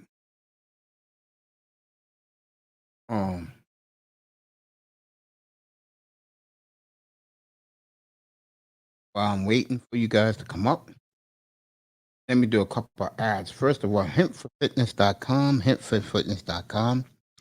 If you have neck pain, knee pain, back pain, you had a rough day at dialysis or at chemo, you take hempforfitness.com. That fulfills all your CBD needs. And if you put T-210, that's right, T-210, in a box, you get 10% off anything you buy.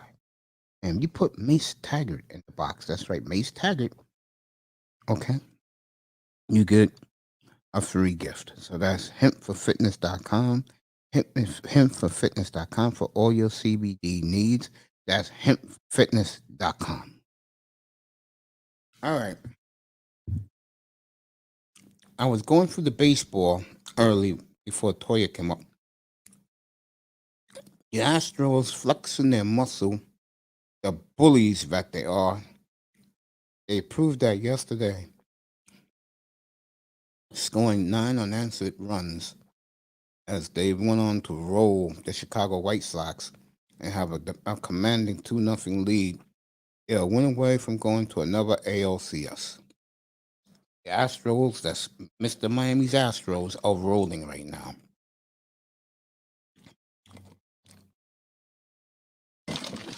Tampa Bay had a 5-1 lead early against the Red Sox.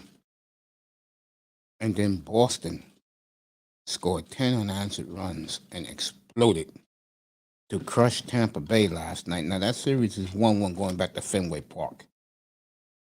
It's going to be interesting on tomorrow in Fenway as the American League teams travel. Underrated grinder, number one grinder is in the building. What's up? What's up? What's up? Oh, you be back later, Mr. Miami. I love you, bro. Enjoy your afternoon, bro. What's up, grinder? What's good? What's good? Oh, I'm good. I heard you had a hell of a show this morning. Yeah, great chopper. The one and only Mahogany. Oh, yeah. Great chopper. That's good. How was your night last night? It was okay. It's okay. That's good. Great bill, you and Toyah too. Great bill. Great bill. I appreciate that. Great bill. I think we meshed well because we went through the same obstacles in life with our weight problems. Mm-hmm. So when you can relate with somebody with something that big of an albatross, depending on how much you weighed, you feel you're on the same wavelength. Yeah, that's true. So, you know, Yeah. she lost 150 pounds. I lost 145. So, hey, man, what do you think about tomorrow morning? Yeah, your game starts at 9:30. The Jets and the Falcons. Yeah, man. Yeah, we got to get it in, man. Different time zone. You know, Over there, it will be 2 o'clock in the afternoon in Yeah. London. Yeah. We got to get this game, man. Got to beat the Falcons, man. Got to get them. Get this 2-0. Give me 2 in a row. Good. Yeah, that would be. I think the Jets are gonna win. 'Cause I think the Falcons are that bad. They very bad. They could have had that game. No, losing team always find a way to lose. Yeah, you're right. You're absolutely correct. And so when you have a team like the Jets, they get their first win, they feel good. Everything even the food tastes right. You come out of the people, you feel good and everything, you start like, yeah. Falcons, you like, man, I ain't want to come this place, man. Why I'm being here for what? It's not the same. But yeah, brother. But the chopper with Mahogany was great. And man, y'all need to check that out, man. I'm gonna watch it after I get off the air here. A lot of stuff, man. I'm telling you, Mahogany, that's a very special lady, isn't she? She really is, yeah. I'll be up here to 2 o'clock. Yeah, and also towards the end of the chopper, she did ask me some questions, but I'm not going to tell you what it is. I gotta watch it. You got to find out. She did ask me some questions, so watch that out for that and everything. And Jets next week is that New England? New England, yeah. We got to get that game. Then they play the Colts on Thursday night. Get their bye next week. The Jets are off next week, so.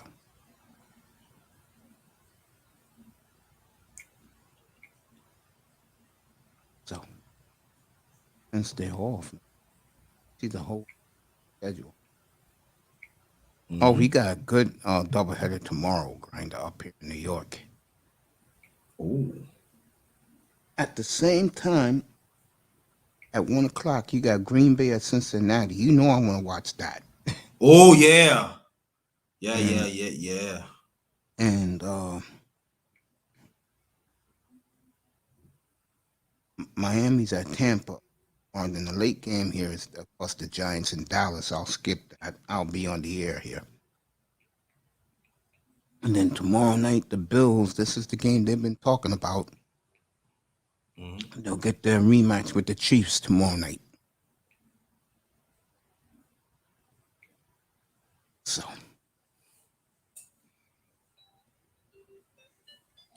I like this. I like how this football stuff is going down, man. Yeah, I see the Jets winning tomorrow. I think I see what's his face moving forward, man. Yeah. Zach Wilson. Yeah. Yeah, trying to. Yeah, the women last night, man. Goodness. What, last night? Oh, man, women. Yes. You want me to pull it up again? No, I gotta go out, man. I ain't gonna never be out, man. I gotta go out, man. Yeah, I love to show the audience. What the? Give me a sec. I'm looking at what I get to see next week. Here, I guess the Giants play at 1 o'clock. I think. Yep. They're here. I mean, 1 o'clock game on CBS at 4:30. Cowboys, Patriots. cares? I'm not watching that shit. Hopefully we get the Chiefs and the Redskins next week. We'll see. Well, let me do this for you again, bro. Folks, if you're wondering what he's talking about, I'll let you see it right now for yourself. Oh yeah, I'm not lying, y'all. Guys, Not lying. brace yourself. Yeah. Trust me. Brace yourself. If you're single, you're good. If you have a girl, I would not advise you she be in the same room because just letting you know. All right, here we go, guys. Oh, that's not where we're looking.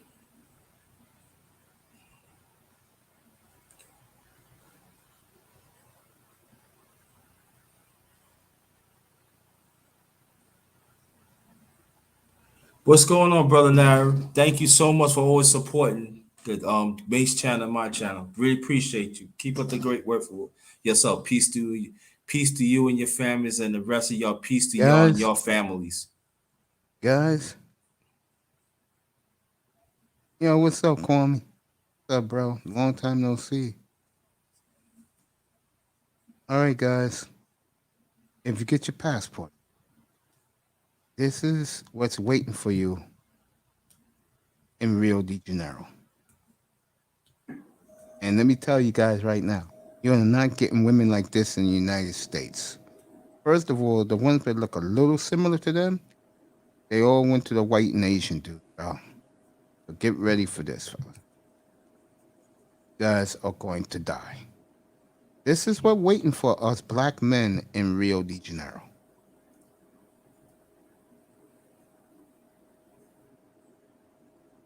Here you go. That's what's waiting for you in Rio, fellas. Right there.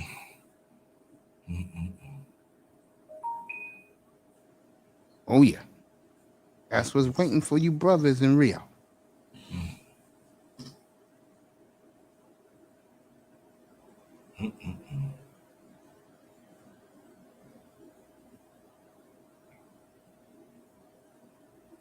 All you have to do is get a passport and go.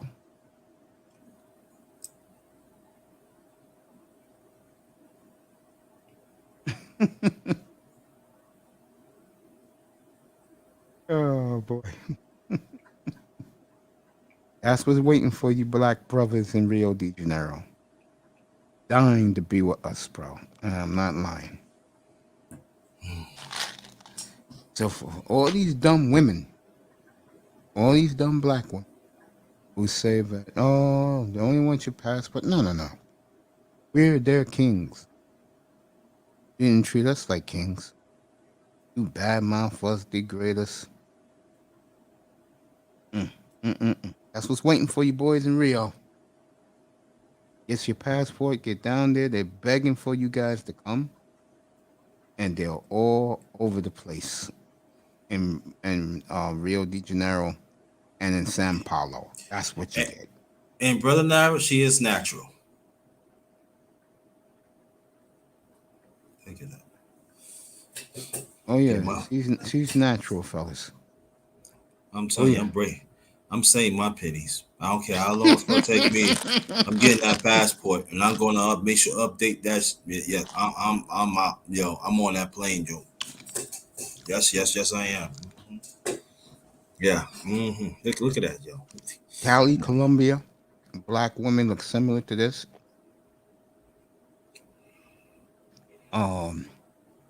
In Trinidad, Aruba, and Curacao, they look similar to this. But the only women on earth who could compete with women like this, these Amazon women, are the Caribbean women.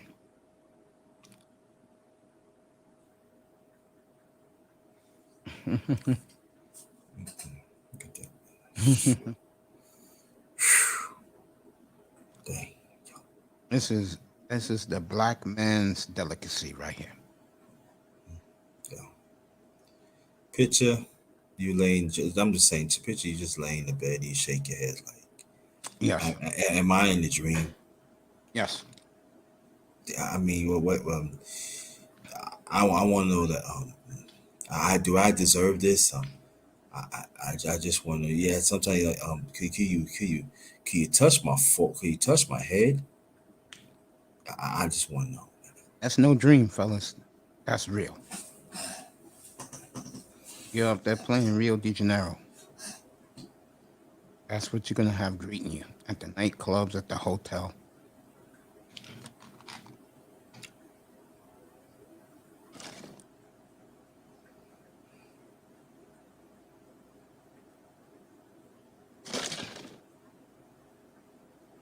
Shout out to brother Rollo, who thanked me in here this morning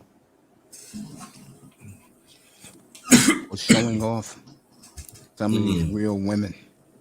You don't get it better than that. You know, some of them don't like that either, though. Like, what do you mean? Some women they don't like when you show that. but it does, you know, it's out there, man. Like,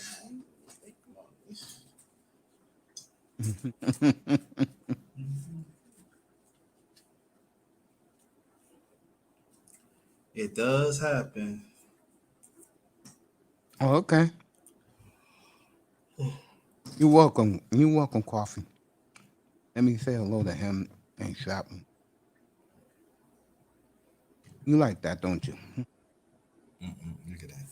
And he showed another one, yo. Oh my goodness. Look at that, man. Yeah, I'm just saying, though. And then let me put this out there. Listen, but they serve you too. Mm-hmm. Look at that. Wake up being bathed.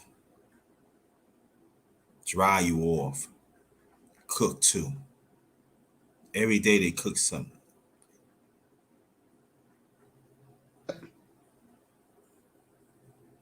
All they want in return is your love. So all they want is your love. Back in return, don't cheat on them. How can you cheat on something like that in your bedroom? Nah, man.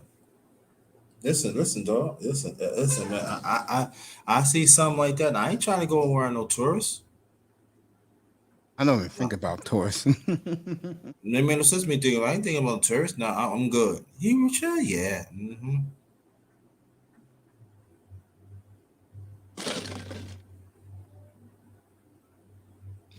So the women in this country, you keep worshiping Brad and Chad. I'll worship this.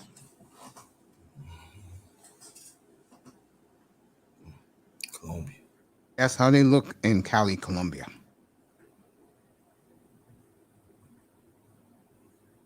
Just to let you guys know. Just waiting for American brothers to come over there. Swoop them off their feet. And what about the other one?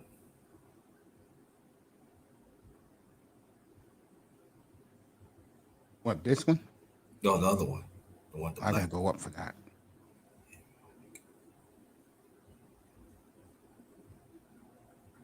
Not that one. No. No, we talking about that one. Don't worry, I found it. By the way, that's an American chick. Yeah. Just to let you know. I wasn't talking about that one, but look at that, though. That's in Cali, Colombia, fellas. I'm talking about the other one. That's stand-up. Okay, I found it.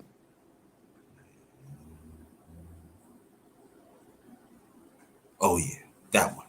That's what you get in Rio de Janeiro, guys. Look at that. Look at that. And look at that. Look at that. These women will be running at you at the airport to greet you.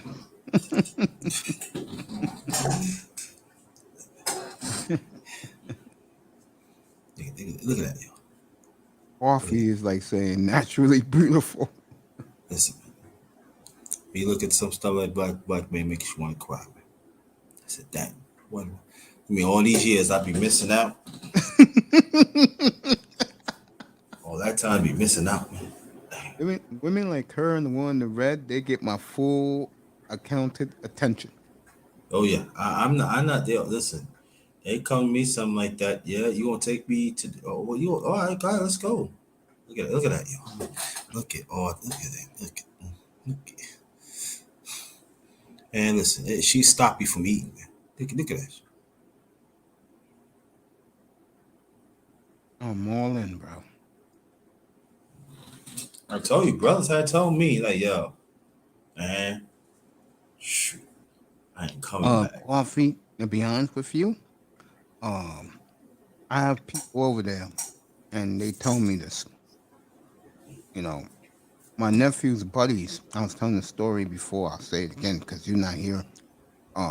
6 of his college friends, all young brothers, packed up their stuff because they make a lot of money in the STEM business, and they do their work over there. Rollo likes this. And Rollo, would you like to come up and explain this for the audience since it was on your platform yesterday?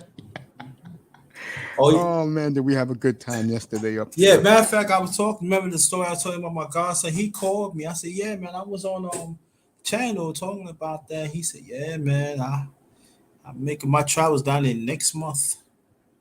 You might not see me like another year." That's his Christmas gift. He said, "Well," he said, "Man," he said, and he told me, "Said, God, Dad, get your passport, man." Yeah, and with the coffee, to answer your question, I knew these boys since they were 18 years old because they're my nephew's college boy, his friends. And they told me when they came, when I was at my nephew's house, that they left the States, and this is the type of women you get all day.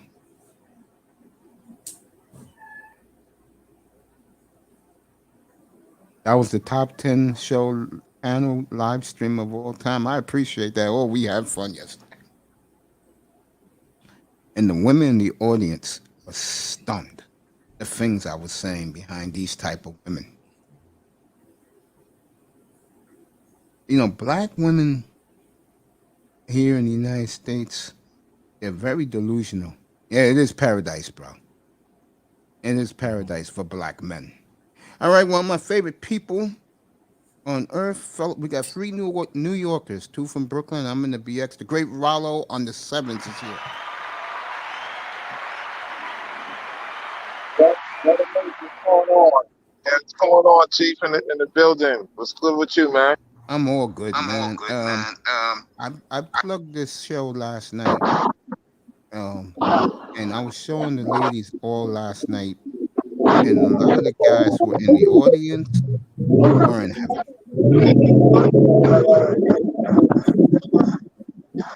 Yeah. And what they don't realize, the brothers here, you get on them a lot for not traveling. This is what waiting for you guys if you go to Rio de Janeiro. Would you rather have a chicken head baby mama here, or would you rather get your passport and go and get that all day there? Exactly. It's natural over there, man. It's more natural over there. See, what they did was they said, you work hard here, there was the headache here, and we didn't want y'all to see what the other guys been seeing for a long time. Why you think that they started, traveling early? They be taking their kids over to these other countries to learn these other countries, so that when they get of age, they can have a lot of things established and the ladies there, and you can deal with the secondary or tertiary chicks here in America or Western society. We've been duped for a long time, man.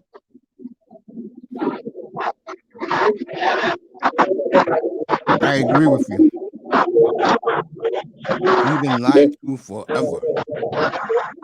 Those guys who made a sacrifice, Mace, before us, if it wasn't for camcorders, VHS, certain songs when we was young, we were like, okay, they're talking about this and that.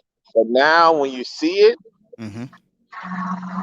you'd be surprised how these people behave in other countries. They behave like You're like, wait a minute, you acting like an animal in Western society, but now you just calm. What's going on here? Who are you now? Type of thing.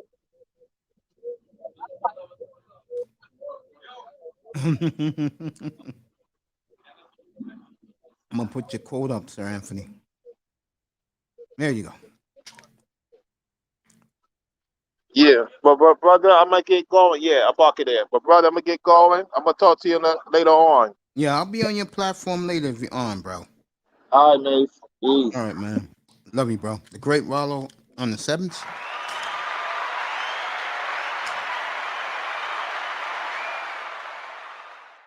Oh, girls in New York were natural 80s. You agree with that, Grinder? Huh, Grinder? I'm sorry, where at? In New York. Coffee's from In New eight? York. Yeah, you say that. Yeah, you can say that. I never paid attention to the women. Yeah. But Women that one, right? deserve just my attention. But that one, yeah.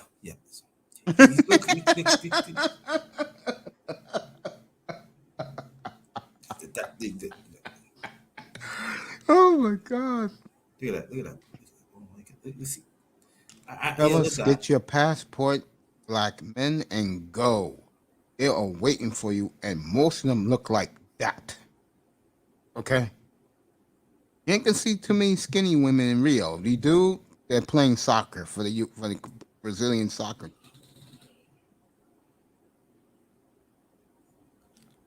Now everything is wiggy and plastic. You ain't lying, Coffee. You're not lying. But I like that wiggy right there. I don't think that's a weave. I think that's natural. No, I said I like that wiggy. Mm-hmm. I love that. Yeah, look at that. Oh my goodness.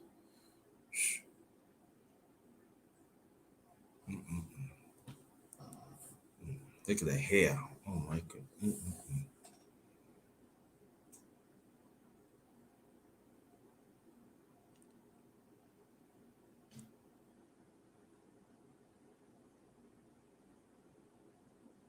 Like that one, huh? Yes, I do. Oh man. Be on your arms all night, all day, all night, feeding you fruit.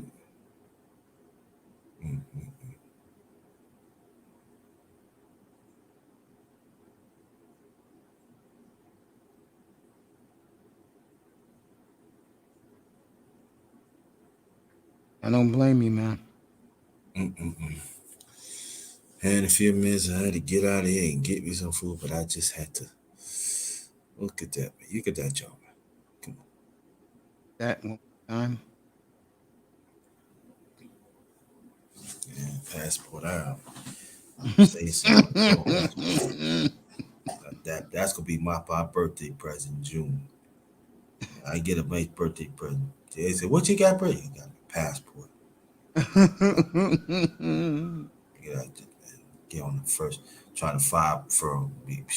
I don't care what class of plane I get into, man. Listen, I walk out there. Well, look at that, yo. If you have something like that.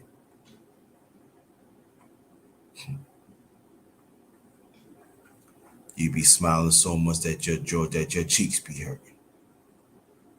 You ain't lying, bro.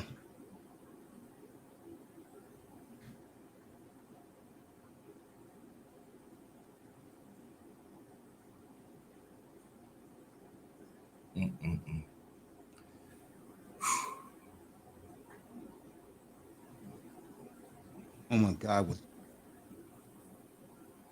yesterday.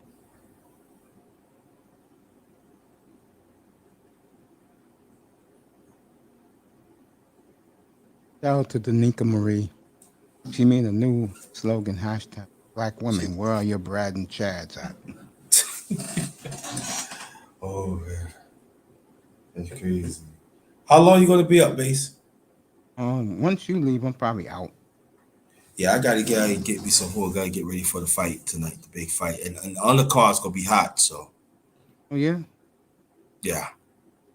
Check that out, man. So I'm gonna go get me some stuff until I get back in the house. Looks like it's gonna rain too. So It's supposed to rain here too. yeah. Always appreciate you, bro. Keep that's a Always fuck. appreciate you too. Yeah, You're one of my favorite people in the world. All of you appreciate that. are. I will see you all later this evening. What time? Probably, I don't know. Probably be back around. Uh, hit that like and subscribe button on your way out, folks. I'll probably be back around 7 o'clock. Oh, well, brother Narrett, I'm not in New York. I'm in Virginia now, so I ain't getting no bagel, no doggone Virginia, because they don't know how to serve it like in New York. Man. You gotta most likely you might have to buy your own and make it for yourself. They really don't have spots out there like this, so that's what we do. You like the women in Mexico? I ain't seen the one in Mexico. No, coffee. No, not in the picture. He just likes women from Mexico. Oh, Mexico! I heard that someone in Mexico is good too. That's what I heard too. Now I'll leave Mexico alone. Yeah, he did with cartel. We ain't gonna touch that. But in Brazil, yeah, Yeah. I can see myself coming down there. Yeah, how you doing? Yeah. I've never been more happy. Been looking at that photo gallery yesterday that the great Rollo showed us. Yeah. Oh, it was fun. There was no hating. The women were hating though in the audience. Hey, I just in Durango, Mexico. Yo, LT man, what's up? I just plugged your like 10 minutes ago. I just plugged him for fitness, bro. Yeah. What's up, brother LT, man? What's good? But yeah, before I leave, man, go check out the chop up I did with the lovely Mahogany. Y'all will love it. As soon as I get back in the bed, I'm gonna watch that. Yeah, y'all will love it. I'm telling y'all. Woo! Y'all will love it. That's all I can say. Appreciate all right, y'all. you, man. All right, brother. Let's I gotta get up out and give you some food, man. You see, I see you back tonight. Everything bagel, extra bacon and chives. Yo, Mace, where are my wrench? Oh, I didn't take your wrench. I was sworn I gave you a wrench, bro. Oh, I never did. My bad. Hey man. Hey, narratives and dialogues. What country you from, brother? What country you from, bro? Narrative is from I believe he's from Brooklyn. Now, what country? Look like his origin, like, cause I see his name and shit. Oh, He looks like really with a name like that. Yep. You say he's I Dominican? don't know where your wrench went, bro. I could have sworn I gave you a wrench.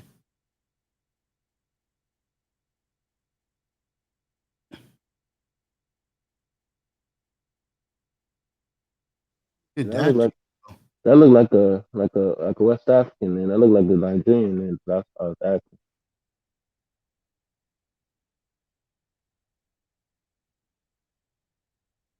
Now, but where's Toyah at, man? She left. Oh man. Oh, I just gave you a wrench. She Yeah, left. yeah. He says father's Nigerian and his mom. Yeah, see, I'm good. I'm good with the names, man. If I see a name, my fellow continent man, I know their name. I know what country they're from, bro. Nah, that's what's up, bro. Damn, Nigerian and Yeah. Dominican, man. I got a friend, Alfredo. His dad is Nigerian. His mom is Puerto Rican.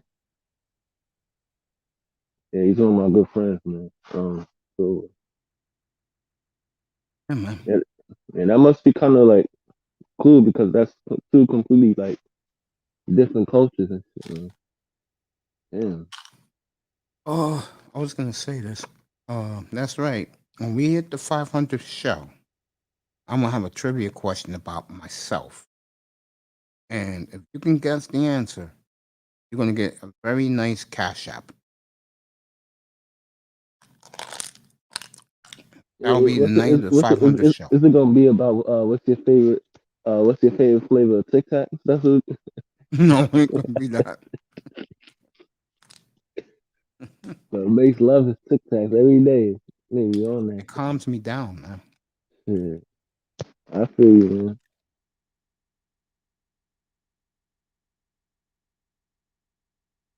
Okay, go ahead.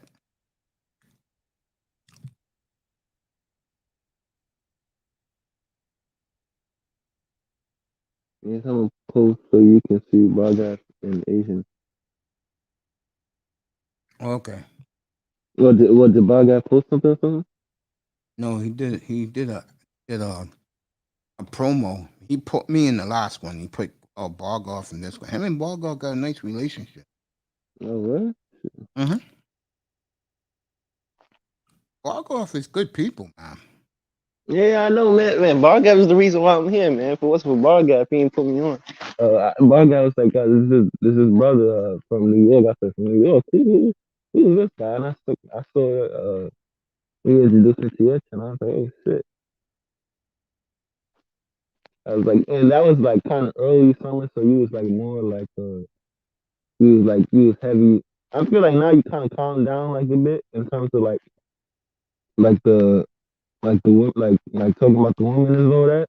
Because when I first came in, you was like you wasn't bashing them, but you was like more like you know what I'm trying to say. Like you was more like more hard on them. If you know what I'm saying. I was like, who's this brother, man? And he was like, oh, he's from the Bronx or whatever. I was like, oh shit, that's not too far from where I be at. I think it was like the first round of the playoffs. I don't know if you remember it. So it was the first round of the playoffs when I first came to your channel. And I think you was talking about I think I was roasting the Miami Heat or some shit in the chat. And you was laughing or something. Yeah, I was. Because Manzano has these dreams, bro. You know, of his Miami teams. I've been telling him, bro, He need to wake up, man. that's not gonna happen. Yeah, Bargas was cool, man. Even cause sometimes we go like to talk about soccer, we go to like other UK channels and I never heard anybody say any bad word about Bargas, man. So like, even though I haven't met him personally, like in real life, you can tell like somebody like, he's a cool dude, but he don't like drama. His He's coming mind's to New business. York in a couple of weeks. Oh man. That's I wish I York was to Buffalo. yeah, I wish I could come One down. way for Yeah. all of our people in here, please say a prayer for the beautiful Miss Melina. Bargoff told me last night, told the audience last night, that the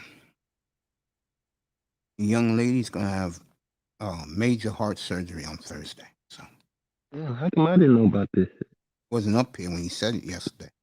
Like he came on late last night? No, Bargoff told us last night.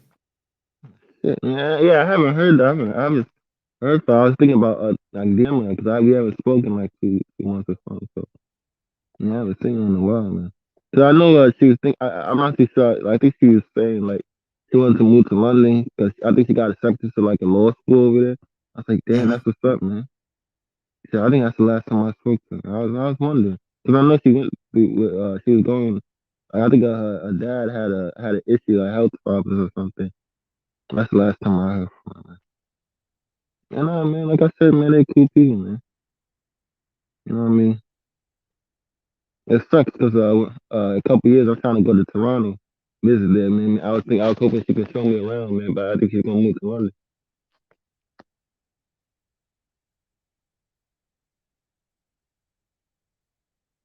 Yeah, man.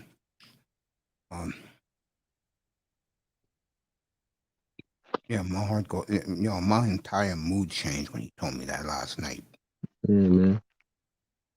You know what? I always try to look at the positives. Maybe she's getting a heart surgery because there's some people they might have problems. They don't even know they got heart issues. You know what I'm saying? So she's doing what she gotta do. You know what I mean? So she gonna be straight. I'm not tripping about it. I know she gonna shake. She's cool, man. So, you know what I mean? And man, how's your morning slash afternoon been though? What, this morning? Yeah. Um, Hasn't been any drama, right? no, everything is nice and smooth. Mm. We had a good audience today. Mm. People was glad to see me and Toyah back together again, which is pretty cool. Yeah, man. Yeah, last night was pretty chill for me too. You know what I mean? I stayed in and shit. You I just just missed it. I was showing those women again. it's alright, man. I already saw them last night. It's alright, man. You know what I mean? I'm not gonna put it up again. Yeah. I already saw. I know what you like, man. It's alright, I know what this To shit. be honest with you, I like the Colombian chick better. I got. The one in the gold bikini. Mm. She was lit. Yeah, I heard you. I was talking about Mexican shit. You know, I gotta see when it comes to Hispanic women. I'm very like hot and cold with them, and like I'm very like I'm not really into like Hispanic chicks because I feel like the ones that I've seen, I feel like they don't age the best. You get what I'm trying to say? So I try to kind of like when it comes to Hispanics, I like to mess around with like maybe like Puerto Ricans, Dominicans. I just kind of more me And personally. again, Yeah. with me and women, man, I just let that go. Oh, you don't have a type, you said? No, like with women, I let it go. Like I don't really get all uptight when it comes to that. I don't get a type either. I'm just saying, I'm not really into it. Never mind. Because how can I say this? Especially like I'm not really into like Hispanics like who aren't like at least got like some type of like not tan, but like you know what I'm saying. I'm into like I said golden. I mean, what's the word I can use? Kind of describe it. I'm not really into like the Caucasian looking ones either. You know what I'm saying? I'm not really into all that. Never mind. I'm not really into when I really think about it, I'm not really into like a whole lot of Hispanic chicks in general. I'm being honest. Like I've never really been with I'm kind of like a one race kind of dude, if that makes sense. I mean I'm having like fair share of them. Not like I'm going outside looking for them, you know what I'm saying? Just, No, I don't be scoping, man. Shout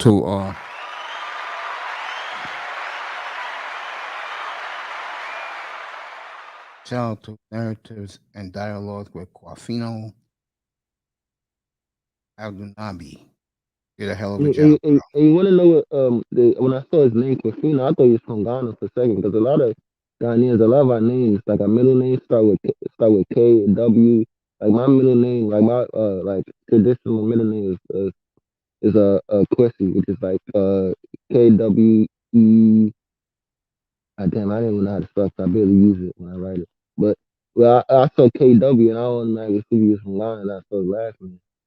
And shit, I was Much like, oh love shit, to I know you, he's a brother. LP, man. Thanks for coming. And like I said,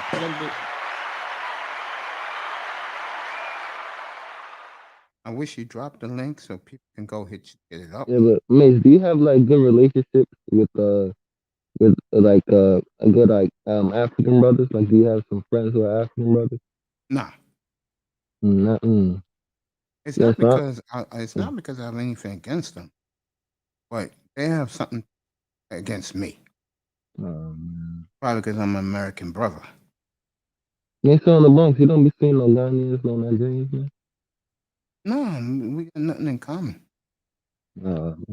I You know, mean, y'all both the same. Y'all both the same. Come from the same place. We all do. If you really think about it, we all come from. If you hear like your ancestors probably from West Africa. We all yeah, kind of sure. like. How come Africans don't like Caribbeans? I know. I know. Me personally. I know Ghanaians have a good relationship with Jamaicans, but I can't really speak for the whole, like the rest of the continent. 'Cause, like I know Nigerians don't really like. I know some Nigerians, they don't, they're very like prideful, like where they from. I know a lot of them don't fuck with others. Yeah, like the only country they kind of like is kind of. I mean, they don't really like Ghana that much. Like you like you those stupid things like the loaf rice is better and all that, and all that traditional stuff and all that. But I mean, like me personally, I get love from Jamaica. Jamaican when I tell a Jamaican I'm from Ghana, they feel like I'm one of them. Like they because a lot of Jamaicans, like their ancestors came on boats from Cape Coast, from the Cape Coast Castle, from with the British from Ghana. So they got a good connection with us. And when you go to Ghana or when you go to Jamaica, like me personally, like when you go to Jamaica, you see a lot of Ghanaian flags on the back of people's like trucks. Cars. Yeah, and same thing in Ghana. When you go to Ghana, you see a lot of Jamaican flags on the back of people's like they're not Jamaican, but they feel like they're like their lost brothers or lost sisters and brothers. That's what they. Interesting. Yeah, and they like reggae. They like reggae. Ghana, they like reggae too, man. Reggae, dancehall, they like all of that. So you know me, I like the Caribbean. You know me, man. You know what I mean? Yeah, you're right. You're right. Coffee. The African brothers are too smart to get into that dumb bullshit. But the one thing I've And noticed, nobody's perfect, man. Like not all African brothers. I know some African brothers who came here and they in jail. And not everybody, like, when my uncles came in, they didn't go on the right path when they came here. You know what I'm and saying? Not I'll everybody, tell not you, all of them. I've seen it in the Manning's Fair many times. A lot of They like, American yeah. brothers and sisters do not like Africans or Haitians or Caribbean. I mean, it's just you just have a different language of just like working and I've stuff. Like, with the American blacks, they make a good point. The problem why they're so angry at them is when they come over here, they act like they're better than the American blacks. yeah, then yet again, the blacks they don't all accept them because like I know some people like they used to get bullied. Like when they used to call them like African booty scratchers, they used to say they live in huts, they dirty, they homeless, they this, they country poor. So a lot of them they don't feel like they identify with them things. You know what I'm saying? They was getting bullied when they was younger and shit. Yeah, I agree with that. And me personally, like my school was like I mean I didn't really get bullied because of that. I was kind of like all right, like straight in my neighborhood. But I know some brothers that they used to walk outside with like the African attire. Sometimes they were scared to walk outside with the kente cloth and all that because they didn't want people to know like where they was from. They didn't want to walk out with the dashikis or whatever because they were scared to embrace their culture because they know they'd get bullied for it. They say, "Oh, you kill goats, you kill lions, all this bullshit."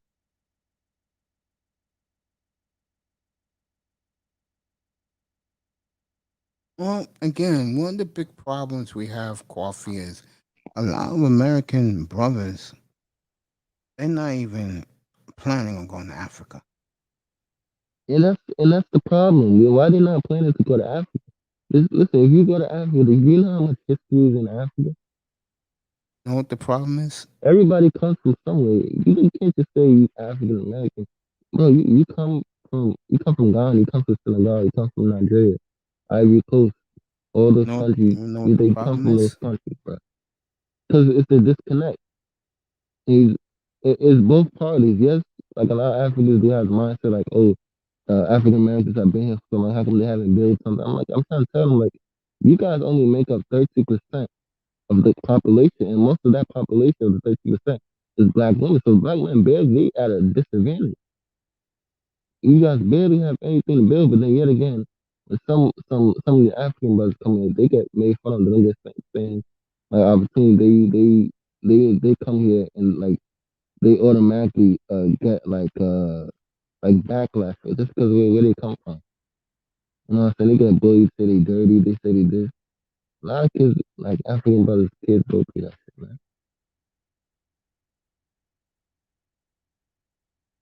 Interesting.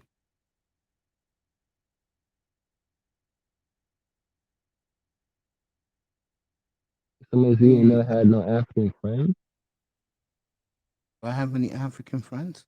Like, have you ever had any? Not on YouTube? No, I'm not talking about YouTube, like in real life. This is like, No.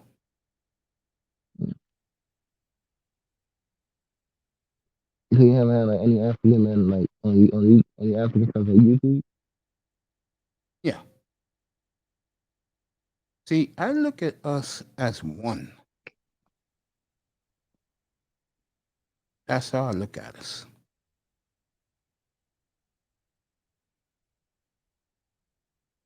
That's how I do. I look at us as one whole group.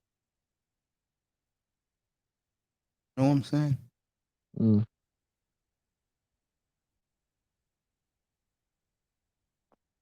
I don't look at I look at all of us together. But a lot of people don't like that. You see, you'd be surprised how many celebrities come from African homes, man. Like, no, like we get here, man, and like I think Nas is Nigerian. That's Yeah, another not. reason why a lot of American black folks don't like. Yeah, but I mean, like, I know like some sisters that because they hate African American men so much, they end up going to Africa or whatever. Or they find African men and say, oh, he's the real black man and that. And I can see why like y'all would get upset about that. Cause I know O'Shea D. Jackson talks about that shit, saying that, if they don't go get the white man, they usually go to Africa. Or they usually find African men over here and like kind of say, oh, he's better than you guys. Because he works hard or he does this or whatever bullshit. I don't know if you've heard about that, but I guess that's something that's been going on. Been trying to go get the brothers. 'Cause, I mean, I heard what you said, like how black American, like you really think brothers over here aren't trying to go to Africa to at least see where they from, or Nope. and why is that? Why do you guys have this like thing towards like African people though? I think again, a lot of American blacks they feel that the other ones, the Caribbean, are very nasty at times if you be in the hospital scene, and uh, the Africans they act like they're better. And what black American blacks believe is that the white man gives them privileges. At the end of the day, let me just say this: at the end of the day, the white man, the Tony Vinnies, the Donnies, yeah, they don't care whether you from Guyana, you from Jamaica, you from Nigeria, you from Cote d'Ivoire, Ghana, you from Brooklyn, you from Bronx, Harlem, they don't care. At the end of the day, they all look at us as one. And I I totally tell you, agree. we all black to them. A police officer does not give a fuck. If you see some type of melanin on you, it's automatically gonna be like, oh shit, I need to keep my hand on my gun. It doesn't matter, he's African, so he works, he's this or whatever, so I'm not gonna bruh. They all fucking they don't discriminate against me. And when I used to have my African American friends and my Caribbean friends, they say, bro, y'all all black. So at the end of the day, we have this thing in the community where we say, oh, I'm better than you because I come from here, or I'm better than you. But at the end of the day, we all come from the same place, which is we all come from Africa. We all come from the same place, just that we got moved to different places and our facial features changed a bit. Our cheekbones changed a bit. But really, all the same thing. Like the reason why your name isn't the reason, man, Mace, the reason why me and you don't have the same last name is because years and years and years and years and years ago, like your ancestors came in on a boat and they ended up changing the names. They got the white man's name, they got the British man's name. But at the end of the day, you go back all those years, we all probably maybe my ancestors and your ancestors, we all lived in the same village. You understand what I'm trying to say? Like, bruh, you can like this whole thing. That's the problem in the community. You don't know how to get together. And when you do get together, it's always because of something negative. You know what I'm saying? Like I got a big family, and I'm not even gonna lie. Sometimes the only time we get together is when there's a death in the family, and that's not a good thing. Why is the My only time family, black same people way. listen? Why is the same thing with the Black Lives Matter? Why do we always need to get together when something bad happens? How come we can't get together when one of us starts a big business or we need somebody to help us with something? How come we can't? Why does it always have to be something negative, man? Well, black women get all the help. Black men, um, it's like, how can I say this? Listen, the black women, they said, what did they say? This is black women are the most, what did they say? The most successful, like most intelligent, or something like that came out last year, or whatever. Or the most successful in terms of like minority type of minorities and we got high paying, just some shit like that. And I said they're leaving us, and this is why they don't respect because a lot of them are leaving us and going and getting these jobs, and a lot of the brothers are just staying average. They ain't leveling up. So they getting left behind. They not gonna wait for you, so they gonna go with the other race. You know what I'm Them saying? But y'all brothers, getting the here's your problem though. The brothers who have leveled up can't stand them. And that's why I was showing those pictures last night.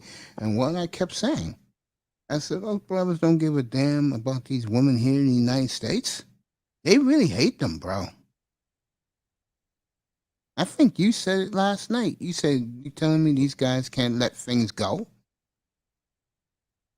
yeah, and that's what I was saying. I'm not like I'm just someone who like I don't forget shit. Like if you do me wrong, I'm not gonna forget it. But like if you become successful, it's like I think when you become successful, yeah, you should keep it in the back of your mind. But I don't think you should be like for every African American chick. You know, like they not everybody hurts you. You understand what I'm trying to say? I think But what I and I'm going. I think with a lot of brothers, and I'm one of these brothers, it gets to the point where you either be a simp for them or you just leave them alone altogether. Which I think is hard for most guys to leave them all alone together. Especially for the guys who didn't have it. And then once they get to a point where they could obtain the chick that they want or at least caliber chick they want, they're not gonna want to keep their shit in their pants, bro. Because now they got access to these chicks. Like imagine if you always wanted fucking I don't know this certain type of tic tac, and all of a sudden you get a bunch of hundreds of tic tacs or whatever the fuck. You're gonna be like, damn, I'm gonna eat all these motherfuckers. You know what I'm trying to say? Like, you understand what I'm saying? And what I was saying before we moved into this subject, 'cause I didn't want to move to the subject. What I was saying is that as brothers and sisters, like I was saying, we only make up 30% of this country. We are not the majority in this country. So when you say, how come, like when people say, how come, oh, black people haven't built enough things in America, if you don't even have the opportunity to, and plus you gotta understand, you've been socially programmed, especially in the urban community. You've been socially programmed that if you see a brother doing well, you gotta hate on him. So how can you level up? Listen, they said in some book I was reading. They said, how can you go fight a world war when you have an own civil war in your country? You can't do that shit. Because nobody's gonna be united. How as black people gonna go against the other race or try to build something? And we over here arguing on panels about how we hate each other and how we gonna go here and fuck this people and fuck these people. How you gonna level up if y'all can't even find peace with each other? And y'all beefing over colorism and light skin, brown skin, dark Facts. man, fuck all that bullshit, man. Facts. The fact of what he's saying, the fact of what I'm saying. What you saying? And y'all gotta understand, like you're not the minority in this country, man. Like the black people in Canada are not the Canadian. Did I really just say that? Canada are not the no, like black people in the UK are not the majority. Like the only time you're the majority is like if you go to the Caribbean and you go to take yourself to Africa. That's why I try to tell brothers. When you said a lot of these brothers aren't going to Africa, I was like, come on, why you not going to Africa? You should go there and build something. Because the Asians are going to Ghana. I go to Ghana, I see Asians driving cars, driving Teslas. I'm like, they're going there and they're building stuff over there. In our country, they don't even come for the same. So it would be nice if some of the brothers over here can go to Africa. At least go there, learn their roots, go there and go build businesses over there, build clinics over there, Like the brothers who are in America go build clinics over there. At least try to help out because you can't just say, "Oh, I'm not gonna go there because Africans spit in my face when I was younger. So I'm gonna hate them for the rest of my life." You can't do that. You know how You know black what men I'm saying? think. You know how American black men think. That's part of it. But a big part of it is, you know, you got guys over there, or guys who go there like an old Shea Duke Jackson, and he gives the report detail by detail. And the one thing he used to say is, if you're black, you're always second on line. The white man is always first on line. And brothers are trying to escape that.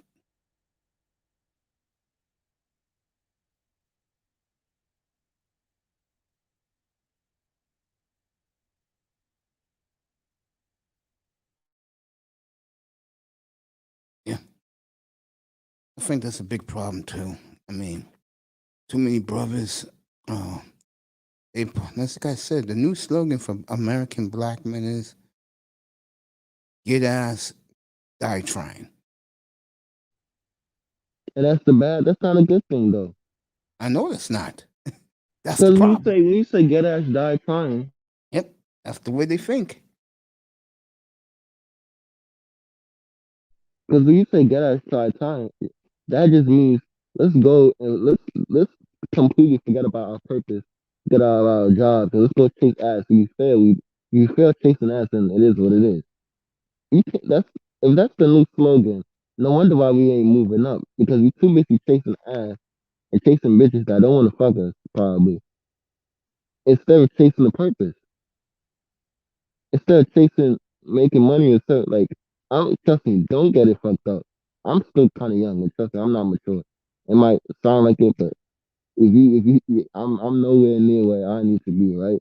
But if you say get ass, like get ass don't mean nothing really.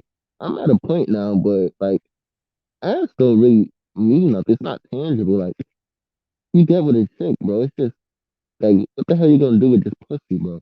'Cause you can get pussy from any chick, you know what I'm saying? You gotta bring something different in terms of like if you just say get ass, like you know what I mean? Like it's not like Mace got sleep. Mace, I'm putting you to sleep, yo. Nope. Shit. You look like you just took a zany, boy. You look The sleep, boy. majority Nah, of nah, man. us, I'm talking about American black men. It's crazy, bro.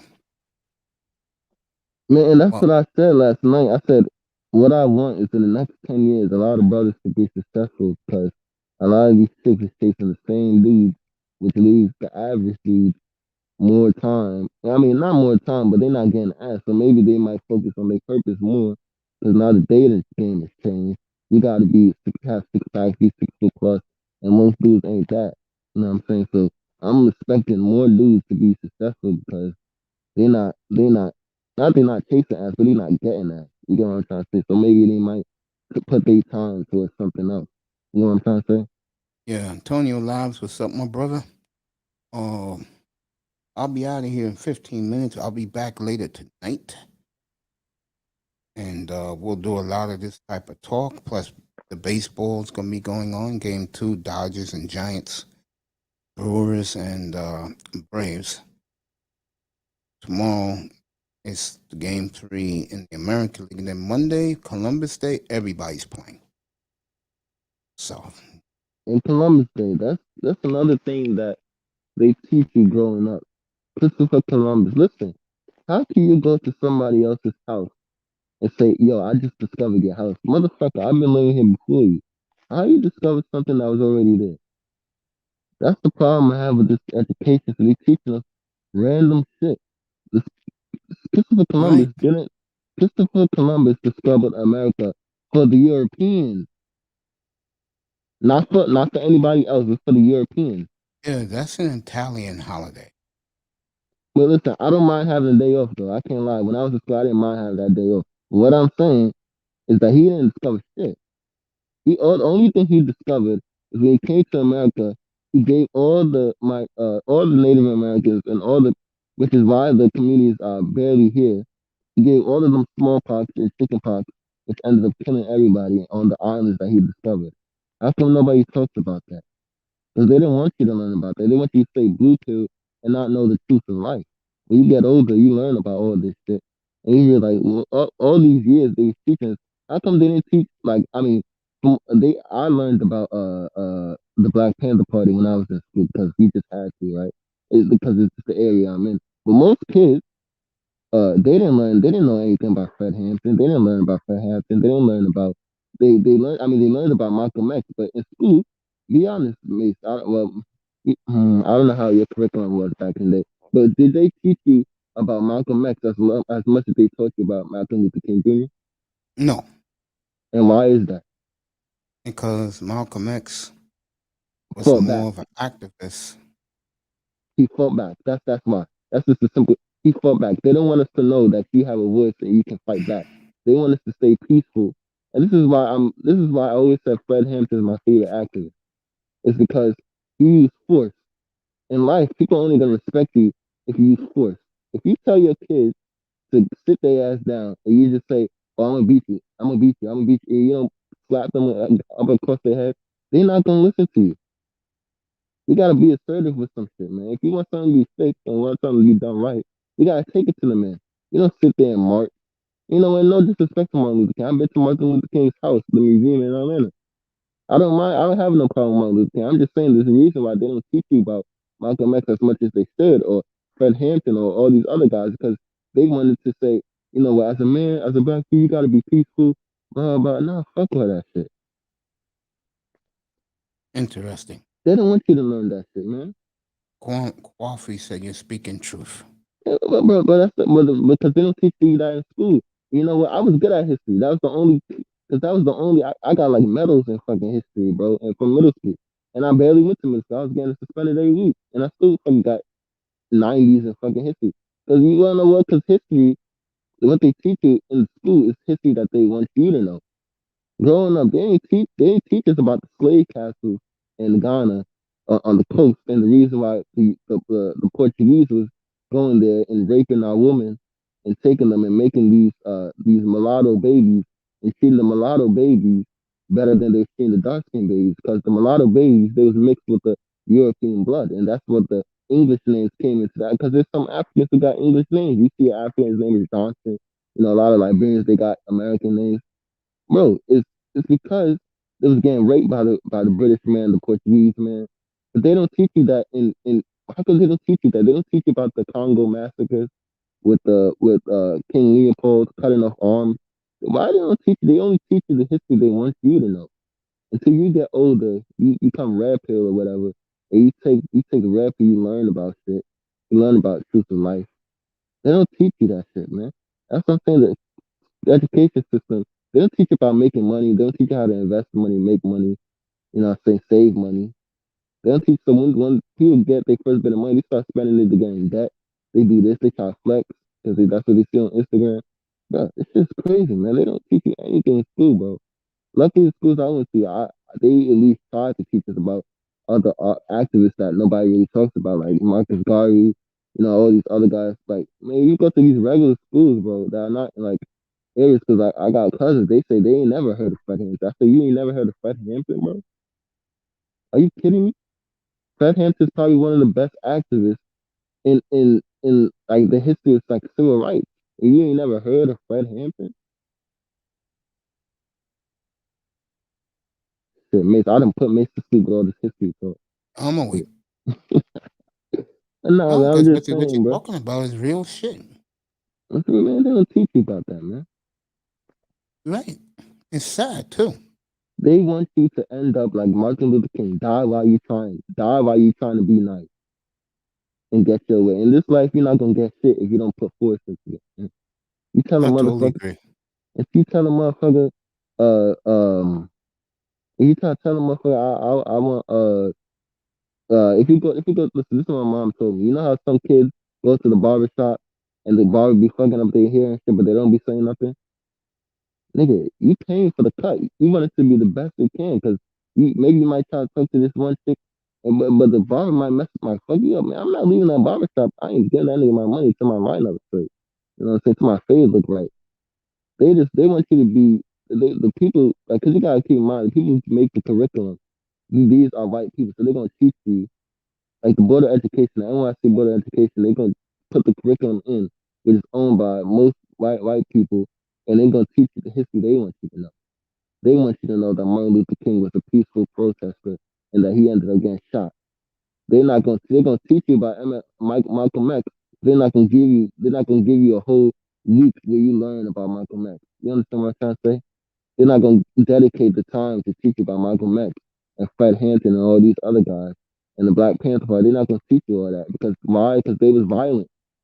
They didn't want to sit there and be peaceful and take and sing Kumbaya around the fuck goddamn campfire. Say, we should all love each other. They said, motherfucker, if you don't give us our right, we're gonna storm the state building. That's what they wanted to do, but they didn't want the kids to learn that shit. That if you want something to be done right, you gotta you gotta do it with force.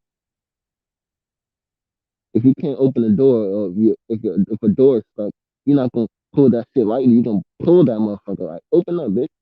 You gotta give it with some goddamn force, bro. You know what I'm saying? They don't want us to learn that shit. They don't want us to learn about real history. They don't want us to learn that we know that we had land. They don't want us to learn about Black Wall Street and how they put goddamn, what's the name of that park? Shit. What's the park? Central Park over fucking Black Wall Street, man. They don't want us to learn about any of that shit, man. Shit's fucked up, man. That's why as black people we gotta own our own shit. Make our own schools. Instead of you got motherfuckers like Dr. Omar saying, oh, I'm gonna build a school, man. Nigga, you're not building no fucking school, nigga. How long did it take you to build a school? You just scamming these people for all their money. We need to build our own schools and teach our own curriculum. So our brothers and our sisters grow up and they actually know where they come from. Instead of teaching the whitewashed history. Because that's all it is. That's all it is. You hear what I'm saying? Like, come on, bro. It makes you with me, bro. Yeah, I think you're going now. Damn, man. But nah, man. Y'all know what I'm saying in the chat, though. I gotta keep it real, man.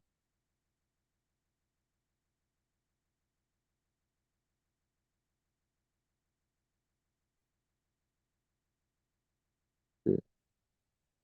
Hey, man. Yeah, I know you said it's gonna end the stream in 15 minutes, but you know what I'm saying? Out here in California, we got courses supposed to learn about Asian history, with David School Black history. Yeah, man, bro. Man. They don't want us to learn about the real history though. Why do you think uh I said Joe Biden. Joe Biden uh targeted black people and minorities to vote for him, but when he gets to the office, the only laws he's passing is for the Asian people. Why is that? Why? Because he ran game on us, man. He told us lies. We all voted for him. Kamala Harris talking about she half black, she understands the struggle, and then once he gets to office, she's talking about, oh, racism doesn't exist. Excuse me? Huh? How dare Kamala Harris say that there's no such thing as racism in America? I said, this is how this has this lady lost her mind. She has lost her goddamn mind. All these people, and this is the problem I have with some of these biracial people, in terms of not biracial people in general, but biracial people who have some sort of social status. They use the fact that they mix to their advantage they want to be black when it's beneficial to them. Like that whole presidential race. What do you keep on hearing? What was the narrative? Well, Mason speak. But what was the narrative? It was that she's black and she understands where we come from. Blah blah blah. Now all of a sudden she's in office. You barely hear her talk about her black side. Why is that? Okay, this all bullshit, bro. Exactly. Trump tells you how it is. If Trump don't like the way, if Trump don't like your shoes, he can say, "Motherfucker, your shoes is ugly." You're not gonna be like, you know what? Oh, well, this. Now he gonna tell you straight up to your face, straight up to your face. They don't care, bro. Like a lot of these politicians, they don't care, bro. They all sit there and take an oath and say, they hide the truth. They don't want you to really know what's going on out here in these political streets. They don't want you to know. And most people who are in power in this country, they take an oath. They do shit. You see in the music industry, these people take oaths, man. These ain't real. These people be selling their souls. Selling their souls, man. Not everybody's real out here.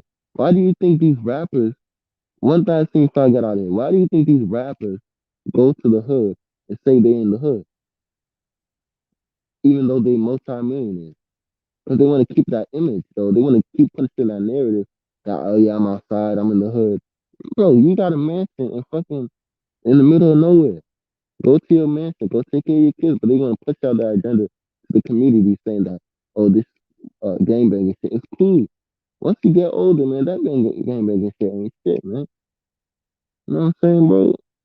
And I'm gonna get out of here, man. I just need to go on my rant real quick, bro.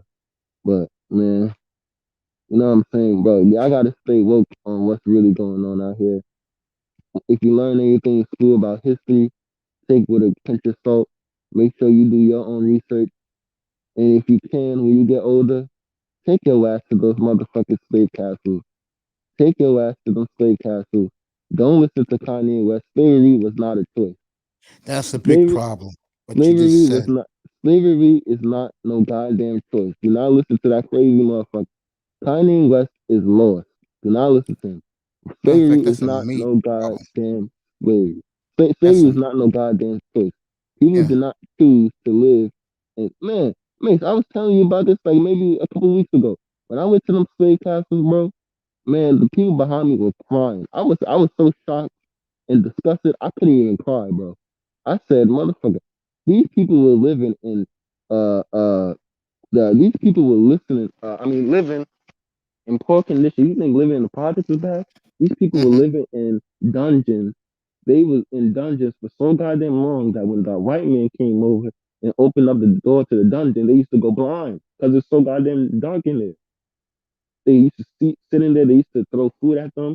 They used to take the woman, the black woman, the owners, and the Portuguese man, all these Belgian men, and all the European men. They used to take the black woman. They used to rape them, get them pregnant, and then they would take care of the black woman until she has a kid, and they just throw her back in with the rest of them, and they never see their kid again.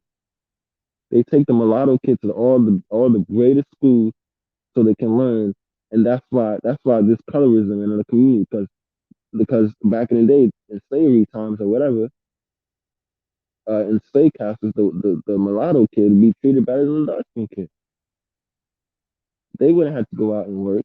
They'd be inside learning how to read, how to write.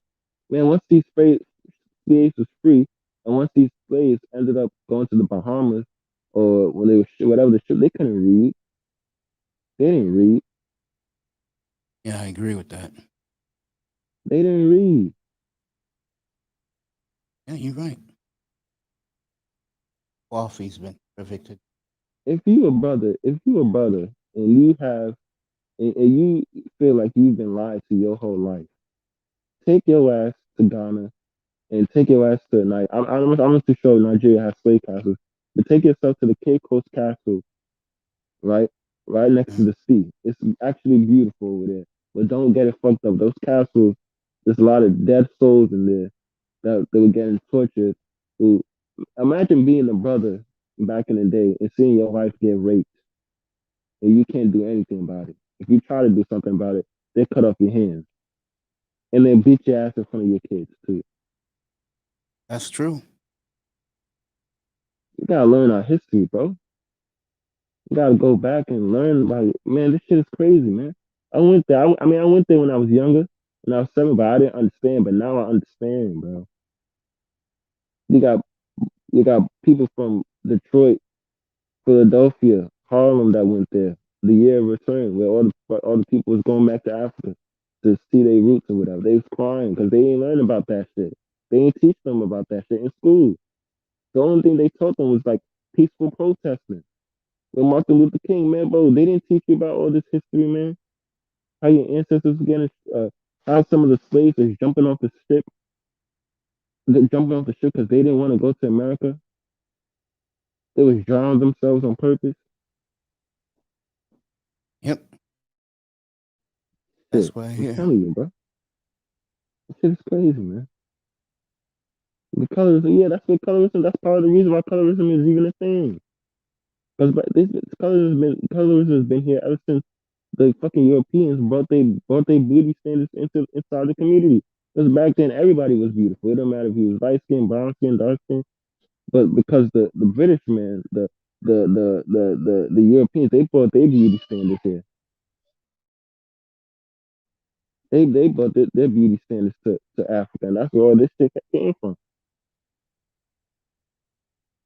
I gotta fucking read books and learn where y'all really came from, bro.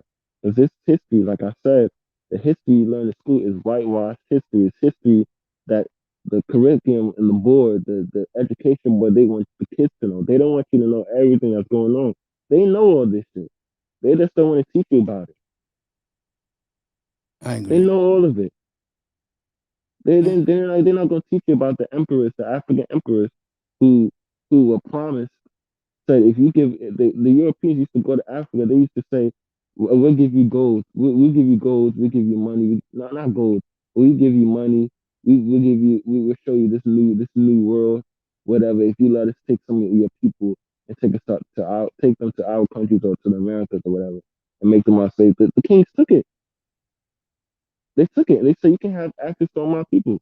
They came into the country, their own countries, and built their own castles and called them slave castles and were torturing people in the villages Hey, and taking like, taking their women, taking their wives and raping them and making them kids. know what's sad? You need both genders to build a community, right? Well, with us, what you just said, a lot of black women will never believe it.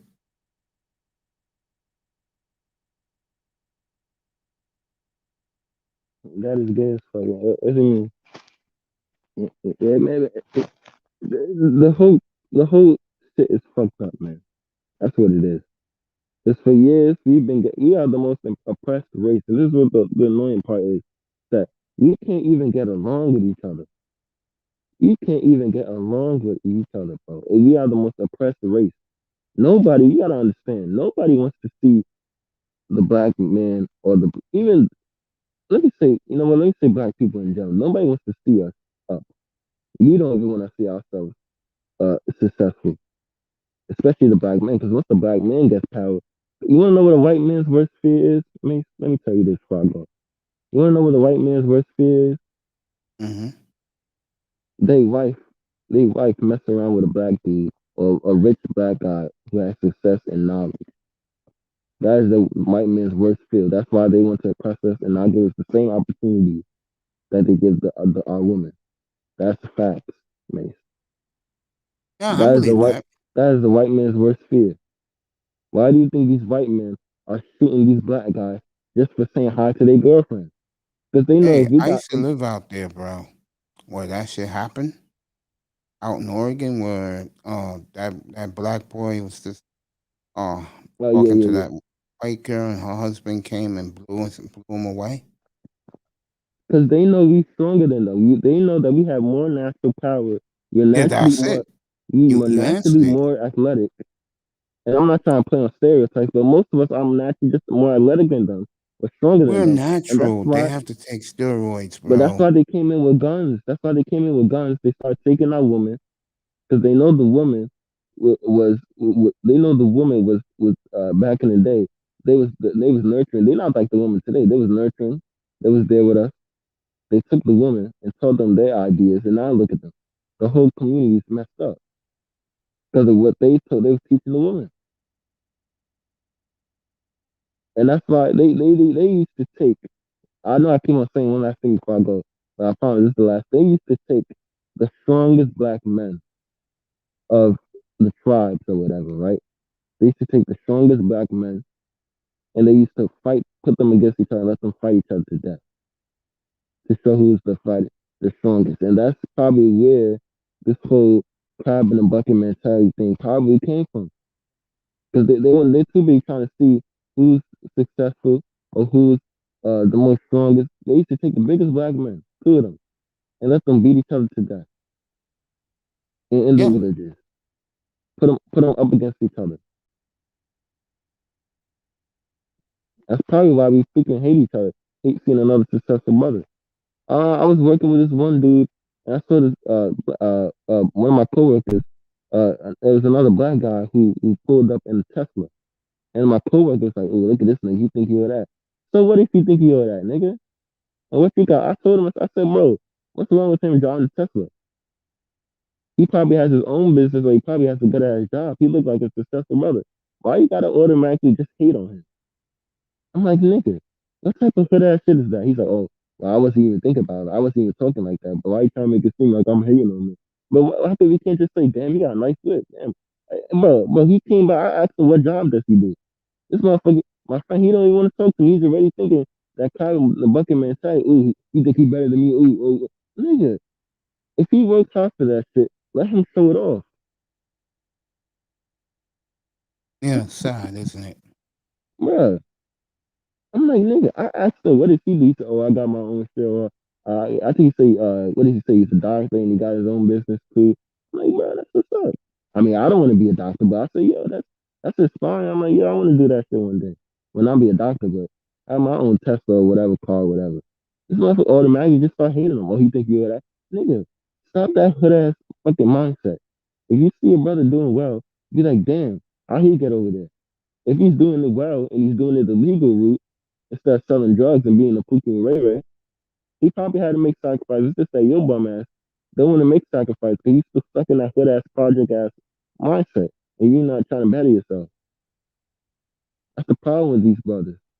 They don't want to do shit instead of hate on other brothers, and that's probably why we never get What with. do you truly feel about the guys who leave? He said, "What?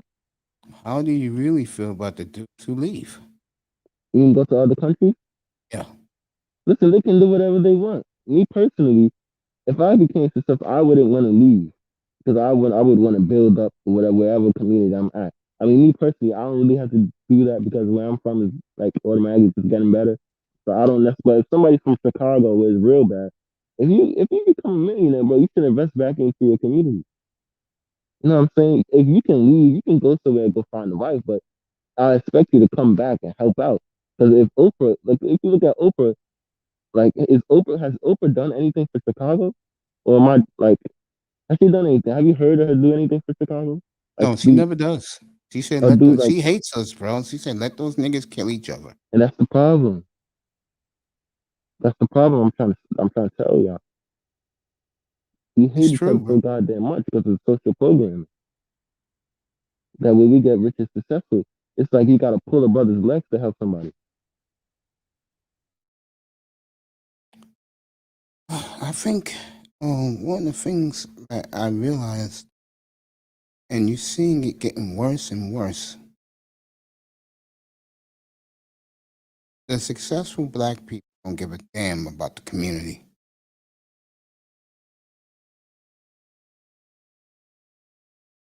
And they love they love being around their enemy.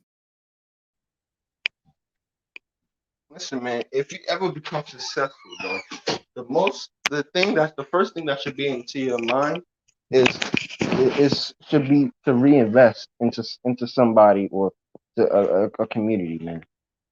Like I hate when I see some of these rappers and these other successful people who just sit there on their money and they don't do anything with it. They don't donate. They don't do anything. They just sit there and be rich. I said, motherfucker, what about the dudes that you grew up with? How come you not trying to put other people on? Like, if you ever become successful, you should always try to help people like that. I know there's some people who don't want to be helped and they just want to stay in the hood. But what about the people who actually want to get out? You're not gonna help them just because a chick broke your heart one time, bro. You're That's not why a gonna want to lot of help. guys. That's why a lot of guys leave. I'm saying y'all can't like man. I got my heart broken before, man. I think I told you this when I was in fucking high school. Man, I don't care about that bitch. I'm not gonna say, oh, I'm gonna get successful just to flex on her, bro. I said, bro, I'm doing good, Anthony, bro. What's up, man? Yeah, he's probably gonna ask you some questions now, man. You know, I'm getting Manzano the and his hell out of here. questions. I could see Manzano tonight. Hey, he's typing, bro. Don't worry, he's typing. He's typing his questions up right now, man. But now, what I was saying, I don't want to Yeah, hold you're you up. absolutely correct. Coffee, you absolutely correct. That's the angle I was going with right there. Oh, he's talking Uh, about why they hate. Yeah, because they're not used to seeing that. I said, bro, if he's doing well, let him do well, bro. You don't have to. Oh, he think you all that, right? Nigga, yes, he worked for that shit. Let him think you all that. He worked for that, man. I got, come on, bro. Y'all gotta stop hating on brothers, bro. Stop. yeah, because that's the one thing that's so true, bro. You wasn't born yet, but back in the good old days, Coffee can tell you this. When like the Pookies and the Ray Rays, when they see a young brother that's striving to get out of the hood, they Hmm. make sure that he gets free passage through the hood. Like my nephew gets that right now as we speak. That when I'm a bit.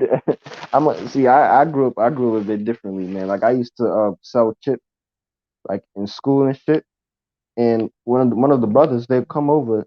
One of the brothers they come over and knock down my chip stand. They that's knock how it they down. are, bro. They knock it down, or they go snitch to the teachers or whatever and say, "Oh, is he supposed to be selling?" At first, they didn't have a problem with that, but a couple weeks went by. I was bringing them a bit of money. They said, "Motherfucker, this guy's out here s- selling chips." No, no, no, no, no.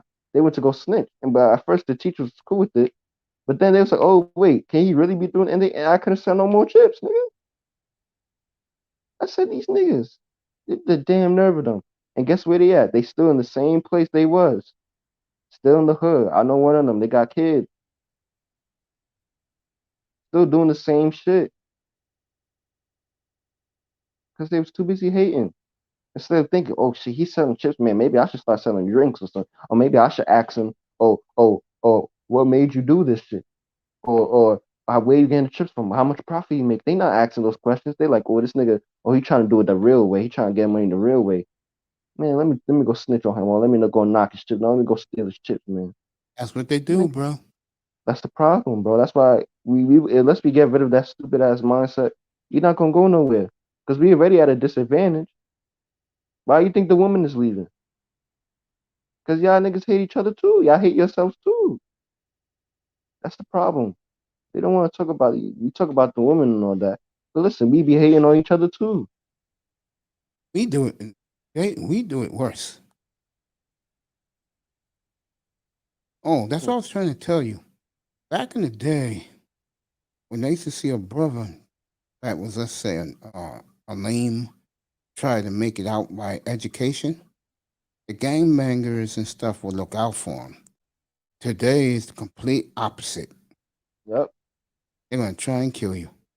Like one of my friends, uh, he wanted to do music. May he rest in peace. He wanted to do music, and dudes was just hating on it. They say, you want to do music? Hey, you sure you want to do this music thing? You might as well just make this start slinging on the road, man. Start make this quick money, man. You know what I mean? This, that, and third, man. And I ended up costing his life because they didn't want to see him get out the hood, bro. They didn't want Oh, to because they coffee. just I know niggas was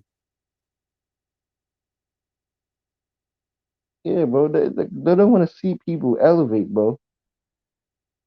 I don't understand why is this such a bad thing that somebody else wants to start their own business or get a good job or go to school. They say if you try to go to college, like go. When I was younger, they said, "Oh, you want to go to college? Or you trying to? You think you better than somebody?" Oh, I'm like, nigga, there's nothing wrong with going to college as long as you know what you want to do. Like, just don't get a degree and waste your money with it just to say you got a degree. Like, you gotta go there with some type of purpose. Like, he's like, "Oh, I'm gonna be loyal to the streets." I said, "Nigga, what have the streets done for you besides take your friends and take your friends and family? Let's be real. All those dudes that out here saying, I'm on the block, I'm outside, I ain't scared. What has the streets ever done for you? nothing but It ain't hold you done back. nothing. The only thing the streets gave you was fucking PTSD. And most of these brothers, I'm saying another thing. Most of these brothers and most of these people who grew up in the hood have some sort of PTSD that they don't want to talk about because in the community, we don't like to talk about mental illness. They walking around. You thinking, why would a motherfucker do that random ass shit? Because he got PTSD.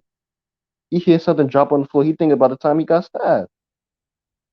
But they don't want to talk about that shit because if you talk about your feelings as a black man, you consider weak. Like, what do you mean? You're weak. You consider vulnerable. But motherfucker, everybody got to talk about their feelings. Bro, these dudes is walking around with PTSD. I even got PTSD till one point. I don't Tired even to know see what the that same is. shit. It's like post-traumatic stress disorder. I think that's what it stands for. Basically, like Mace, let me just put in an example. So if you trip and fall, remember that time you say you tripped and fell and you went to the hospital or something? Yeah. So let's say we say your spleen or something like that, right? Busted my spleen, yeah. Yeah. So anytime you see, let's say you go outside, you see somebody trip, and then that's the first thing that comes back to your mind when you dislocate it or whatever, your spleen, right? So that's basically PTSD because it's things that's reminding you of the bad times. You get what I'm trying to say? Oh yeah, I'm like that all the time. So Unfortunately, I dudes, got it too. and so dudes got PTSD. They not getting diagnosed. They just walking around saying, "Oh, I'm a man. I'm not gonna talk about my feelings." But all y'all motherfuckers went through some shit. But y'all trying to protect your manhood. Sometimes you just gotta open up. Sometimes that's why you see some of these celebrities, these brother celebrities, they overdosing on drugs. They're doing because they don't feel like they can come out and talk to other black men or talk to their wives or talk to their girls because if their girlfriends hear that, they're gonna think they vulnerable. They're gonna be, oh, this nigga, he a weak ass nigga. Oh, I can. But bro, I'm telling you, bro. That's why you see a lot of these celebrities. They taking pills to cope with the shit instead of talking to somebody. That's why they fucking dying all the goddamn time. Like I'm sure the actor that died a month ago or two ago that had that overdose from Brooklyn, he probably had problems because he was playing a gay dude on TV and the community wouldn't accept him back in. But he didn't have nobody to talk to. So he just ended up taking drugs until it was too much.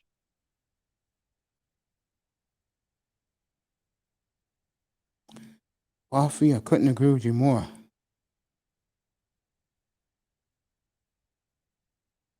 Exactly. Exactly. They won't talk about that. That Now, is I very, that is yeah, very damaging, bro. Do you talk about it if that happened to you? and that's why my mom always said, if you ever have kids, just don't be having anybody around you. Told you. This person might say, because in our community, and maybe it's with your community too.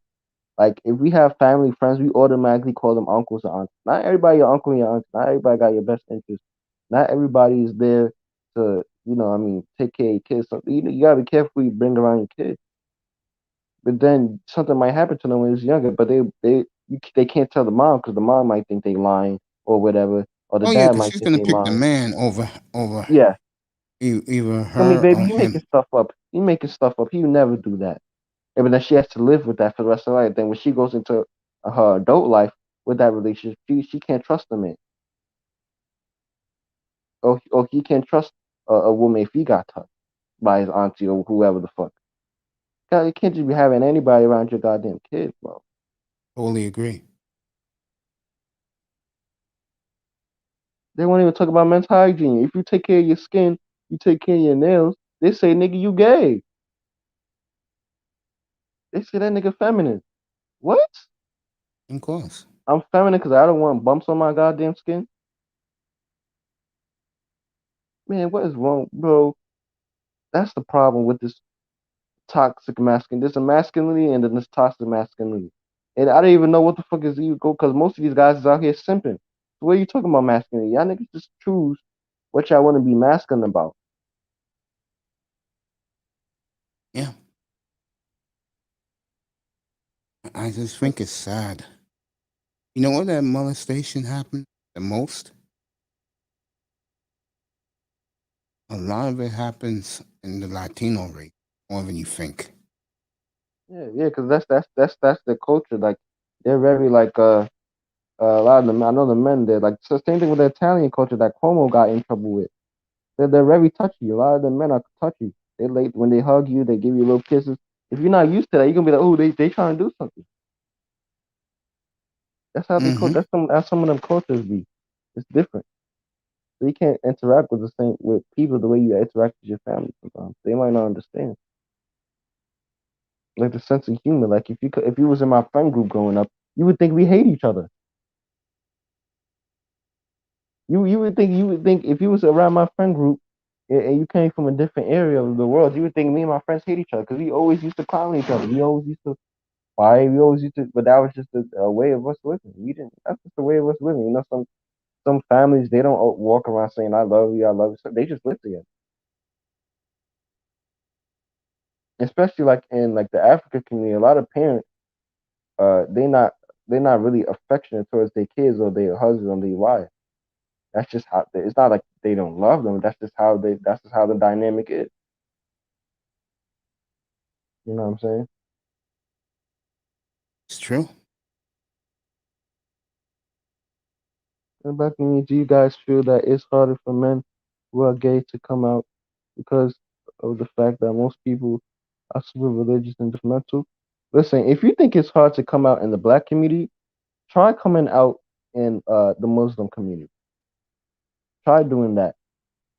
That shit is I know for a fact those the real extremists, not extremists Islams, but those Islams who are very, very uh strict when it comes to certain things, they can't come out about anything.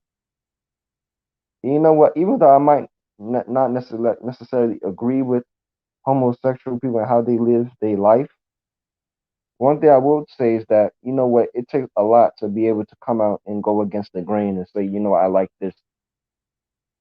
That's one thing I always give them because you know they got to go through a lot of family members kicking them out the house, but they know what they like. They still gonna go for it. And it's the same thing. I try to use that same thing to like maybe not, you know, I'm straight, but I'm saying I try to use that same thing to say, you know what, some of them they don't care what their family members think, but That's true. even if their family members find out, they still gonna do the same thing because that's what they want to do. I might not agree with the way they live their life or how they what they do with themselves, but who am I? They already made the sacrifices. They have family members that don't even come to their wedding.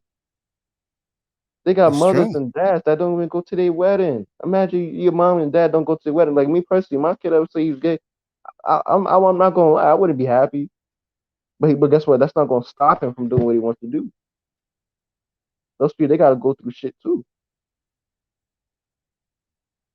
And even though I might not agree with how they live their life, I gotta respect the fact that they still wanted to do what they do, even though their whole family fucking don't want to talk to them anymore. That's real shit.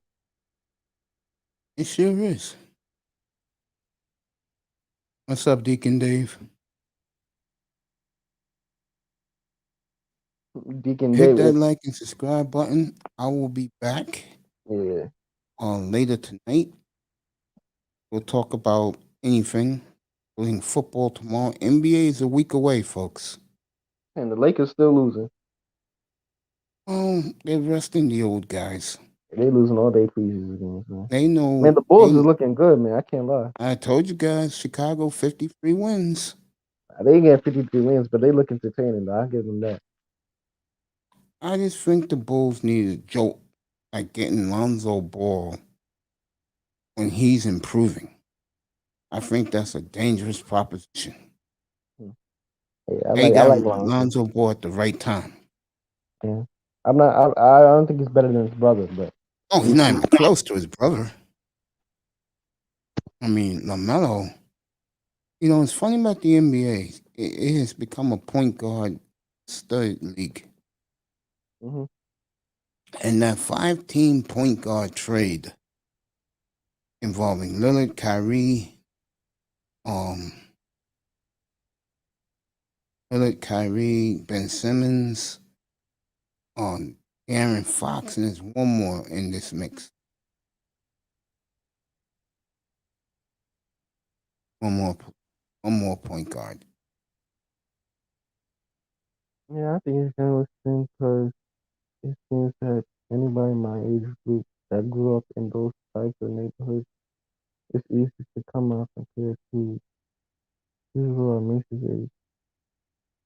course, because now social media is killing the masculinity. So now it's easier to come out. Oh, Boy, now it's much easier. yeah, hell yeah. You got Lil Nas X all over the Kiss TV, pregnant and shit, tongue kissing guys. Man, it's only a matter of time until masculinity is almost, you'll be shamed. You'll be shamed. Men get shamed nowadays for being masculine. You hear me, Mason? Men get shamed for being masculine I nowadays. totally agree. I agree with that. You can't be masculine nowadays. Did you hear Kevin Samuels? He had to destroy a woman the other day, man, because she said, I take these guys out on dates. These guys take me out on dates and they want something in return. I said, bitch, do you think they just want to sit there and talk to you all goddamn day? Eventually, Again, a if somebody's serious, investing money into you, they're gonna want something out of it. it is very sad disconnect between black men and black women.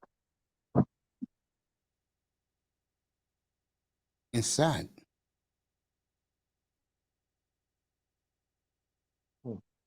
I don't know where this started, but it's going out of control. And I'll say this also to end this platform today. Thank you to Coffee, Manzano, Deacon Dave, and everybody in the sky who was here today.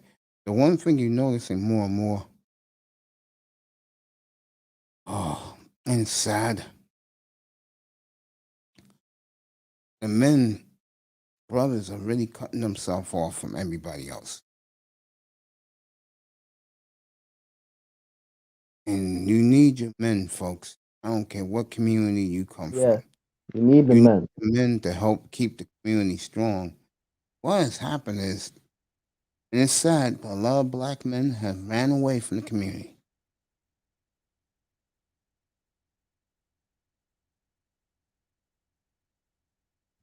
It's either they run away or Yeah, they stay in the ostracized. community. It's either they run away or they stay in the community and they don't help the community. They stay there. They living off their fucking baby mama or they fucking living off their girlfriends and shit, not doing anything productive with themselves. I grew up with old ass motherfuckers that I used to fucking see growing up. Used to be living with their baby mamas. They used to be living with their girlfriends. They didn't want to help the kid out. They saw fuck the kid. Like I'm not saying be a stepdad, but nigga, you just there like just fucking the bitch, not doing nothing, like nigga. You just there eating food, you eating the kids food, you eating cereal, nigga. I said, bro, It's we true, eating. bro. They don't do shit. All they do is go outside on the block and talk about the dudes they used to run with in the early 2000s. I said, nigga, nobody cares about that shit. You old as hell. You old. Again, here in the United States and North America, we are clearly done as a race. And those type of men, they don't get respected. You go outside and you don't do shit. You living off a woman. No wonder she's not gonna respect you. You living off a woman. The natural way God created the woman is to depend on a man. But if you depend on the woman, like bro, if she driving you to work, she driving you there, she driving, nigga, she not gonna have no respect for you. Those brothers, those brothers, those brothers should be the last ones up on the platforms talk complaining about women. Nigga, you ain't doing nothing with your fucking life.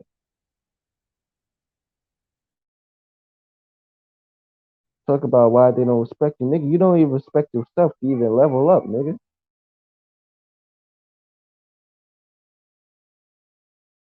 Interesting. But it's true. We don't want to tell people the hard truth, but the hard truth is people don't respect you. This is I know I keep on saying this last thing before I say, but people won't respect you if you don't have results or if you ain't accomplished nothing in your fucking life. You can't walk around and say, "Oh, you gotta respect me." Why? You ain't do nothing. You don't have no authority over somebody. Nigga, you What's living off your worse? baby mom. What's worse, a guy who's like that, or the guy who is working hard, making money, but don't want to be bothered with the community? Which guy is worse? I said the guy who's just staying the same. The guy who's just in the community not doing anything. That's worse because at least the guy he's on his grind, he's trying to better himself. But you just sitting there on the block looking at people saying, oh I'll do this to this guy. Like nigga, bro, you not doing nothing, bro. Uh, There's so many people I saw growing up doing that shit. Always wondered to myself, I'm like, nigga, I'm like a little teenage little dude. I'm wondering, like, bro, is these old ass niggas gonna get off the block, bro? You old as fuck. You old, bro. And you sitting here talking about, yeah, I kept it loyal to I'm in the streets. Nigga, the streets ain't done nothing for you. The streets ain't even make you a million. You not El Chapo, nigga. Talk about I'm in the streets. Yeah, you in the streets, nigga. You damn you ain't lying about that. You in the streets, but you broke as fuck in the streets, nigga. They don't do nothing, bro. They just go on the city buses, curse out the fucking driver, fucking uh they don't do shit. And that's the reason why part of the community is lost, because all they do is talk about fucking the gangbanging shit they used to do. And then the young kids hear that shit and they like, oh yeah, I want to be like that nigga. Da, da, da, da, da. It's all a fucking cycle. And then they sit there and complain about fucking the Pookie and Ray sit there and fucking complain about women, nigga. She left you because you ain't fucking level up.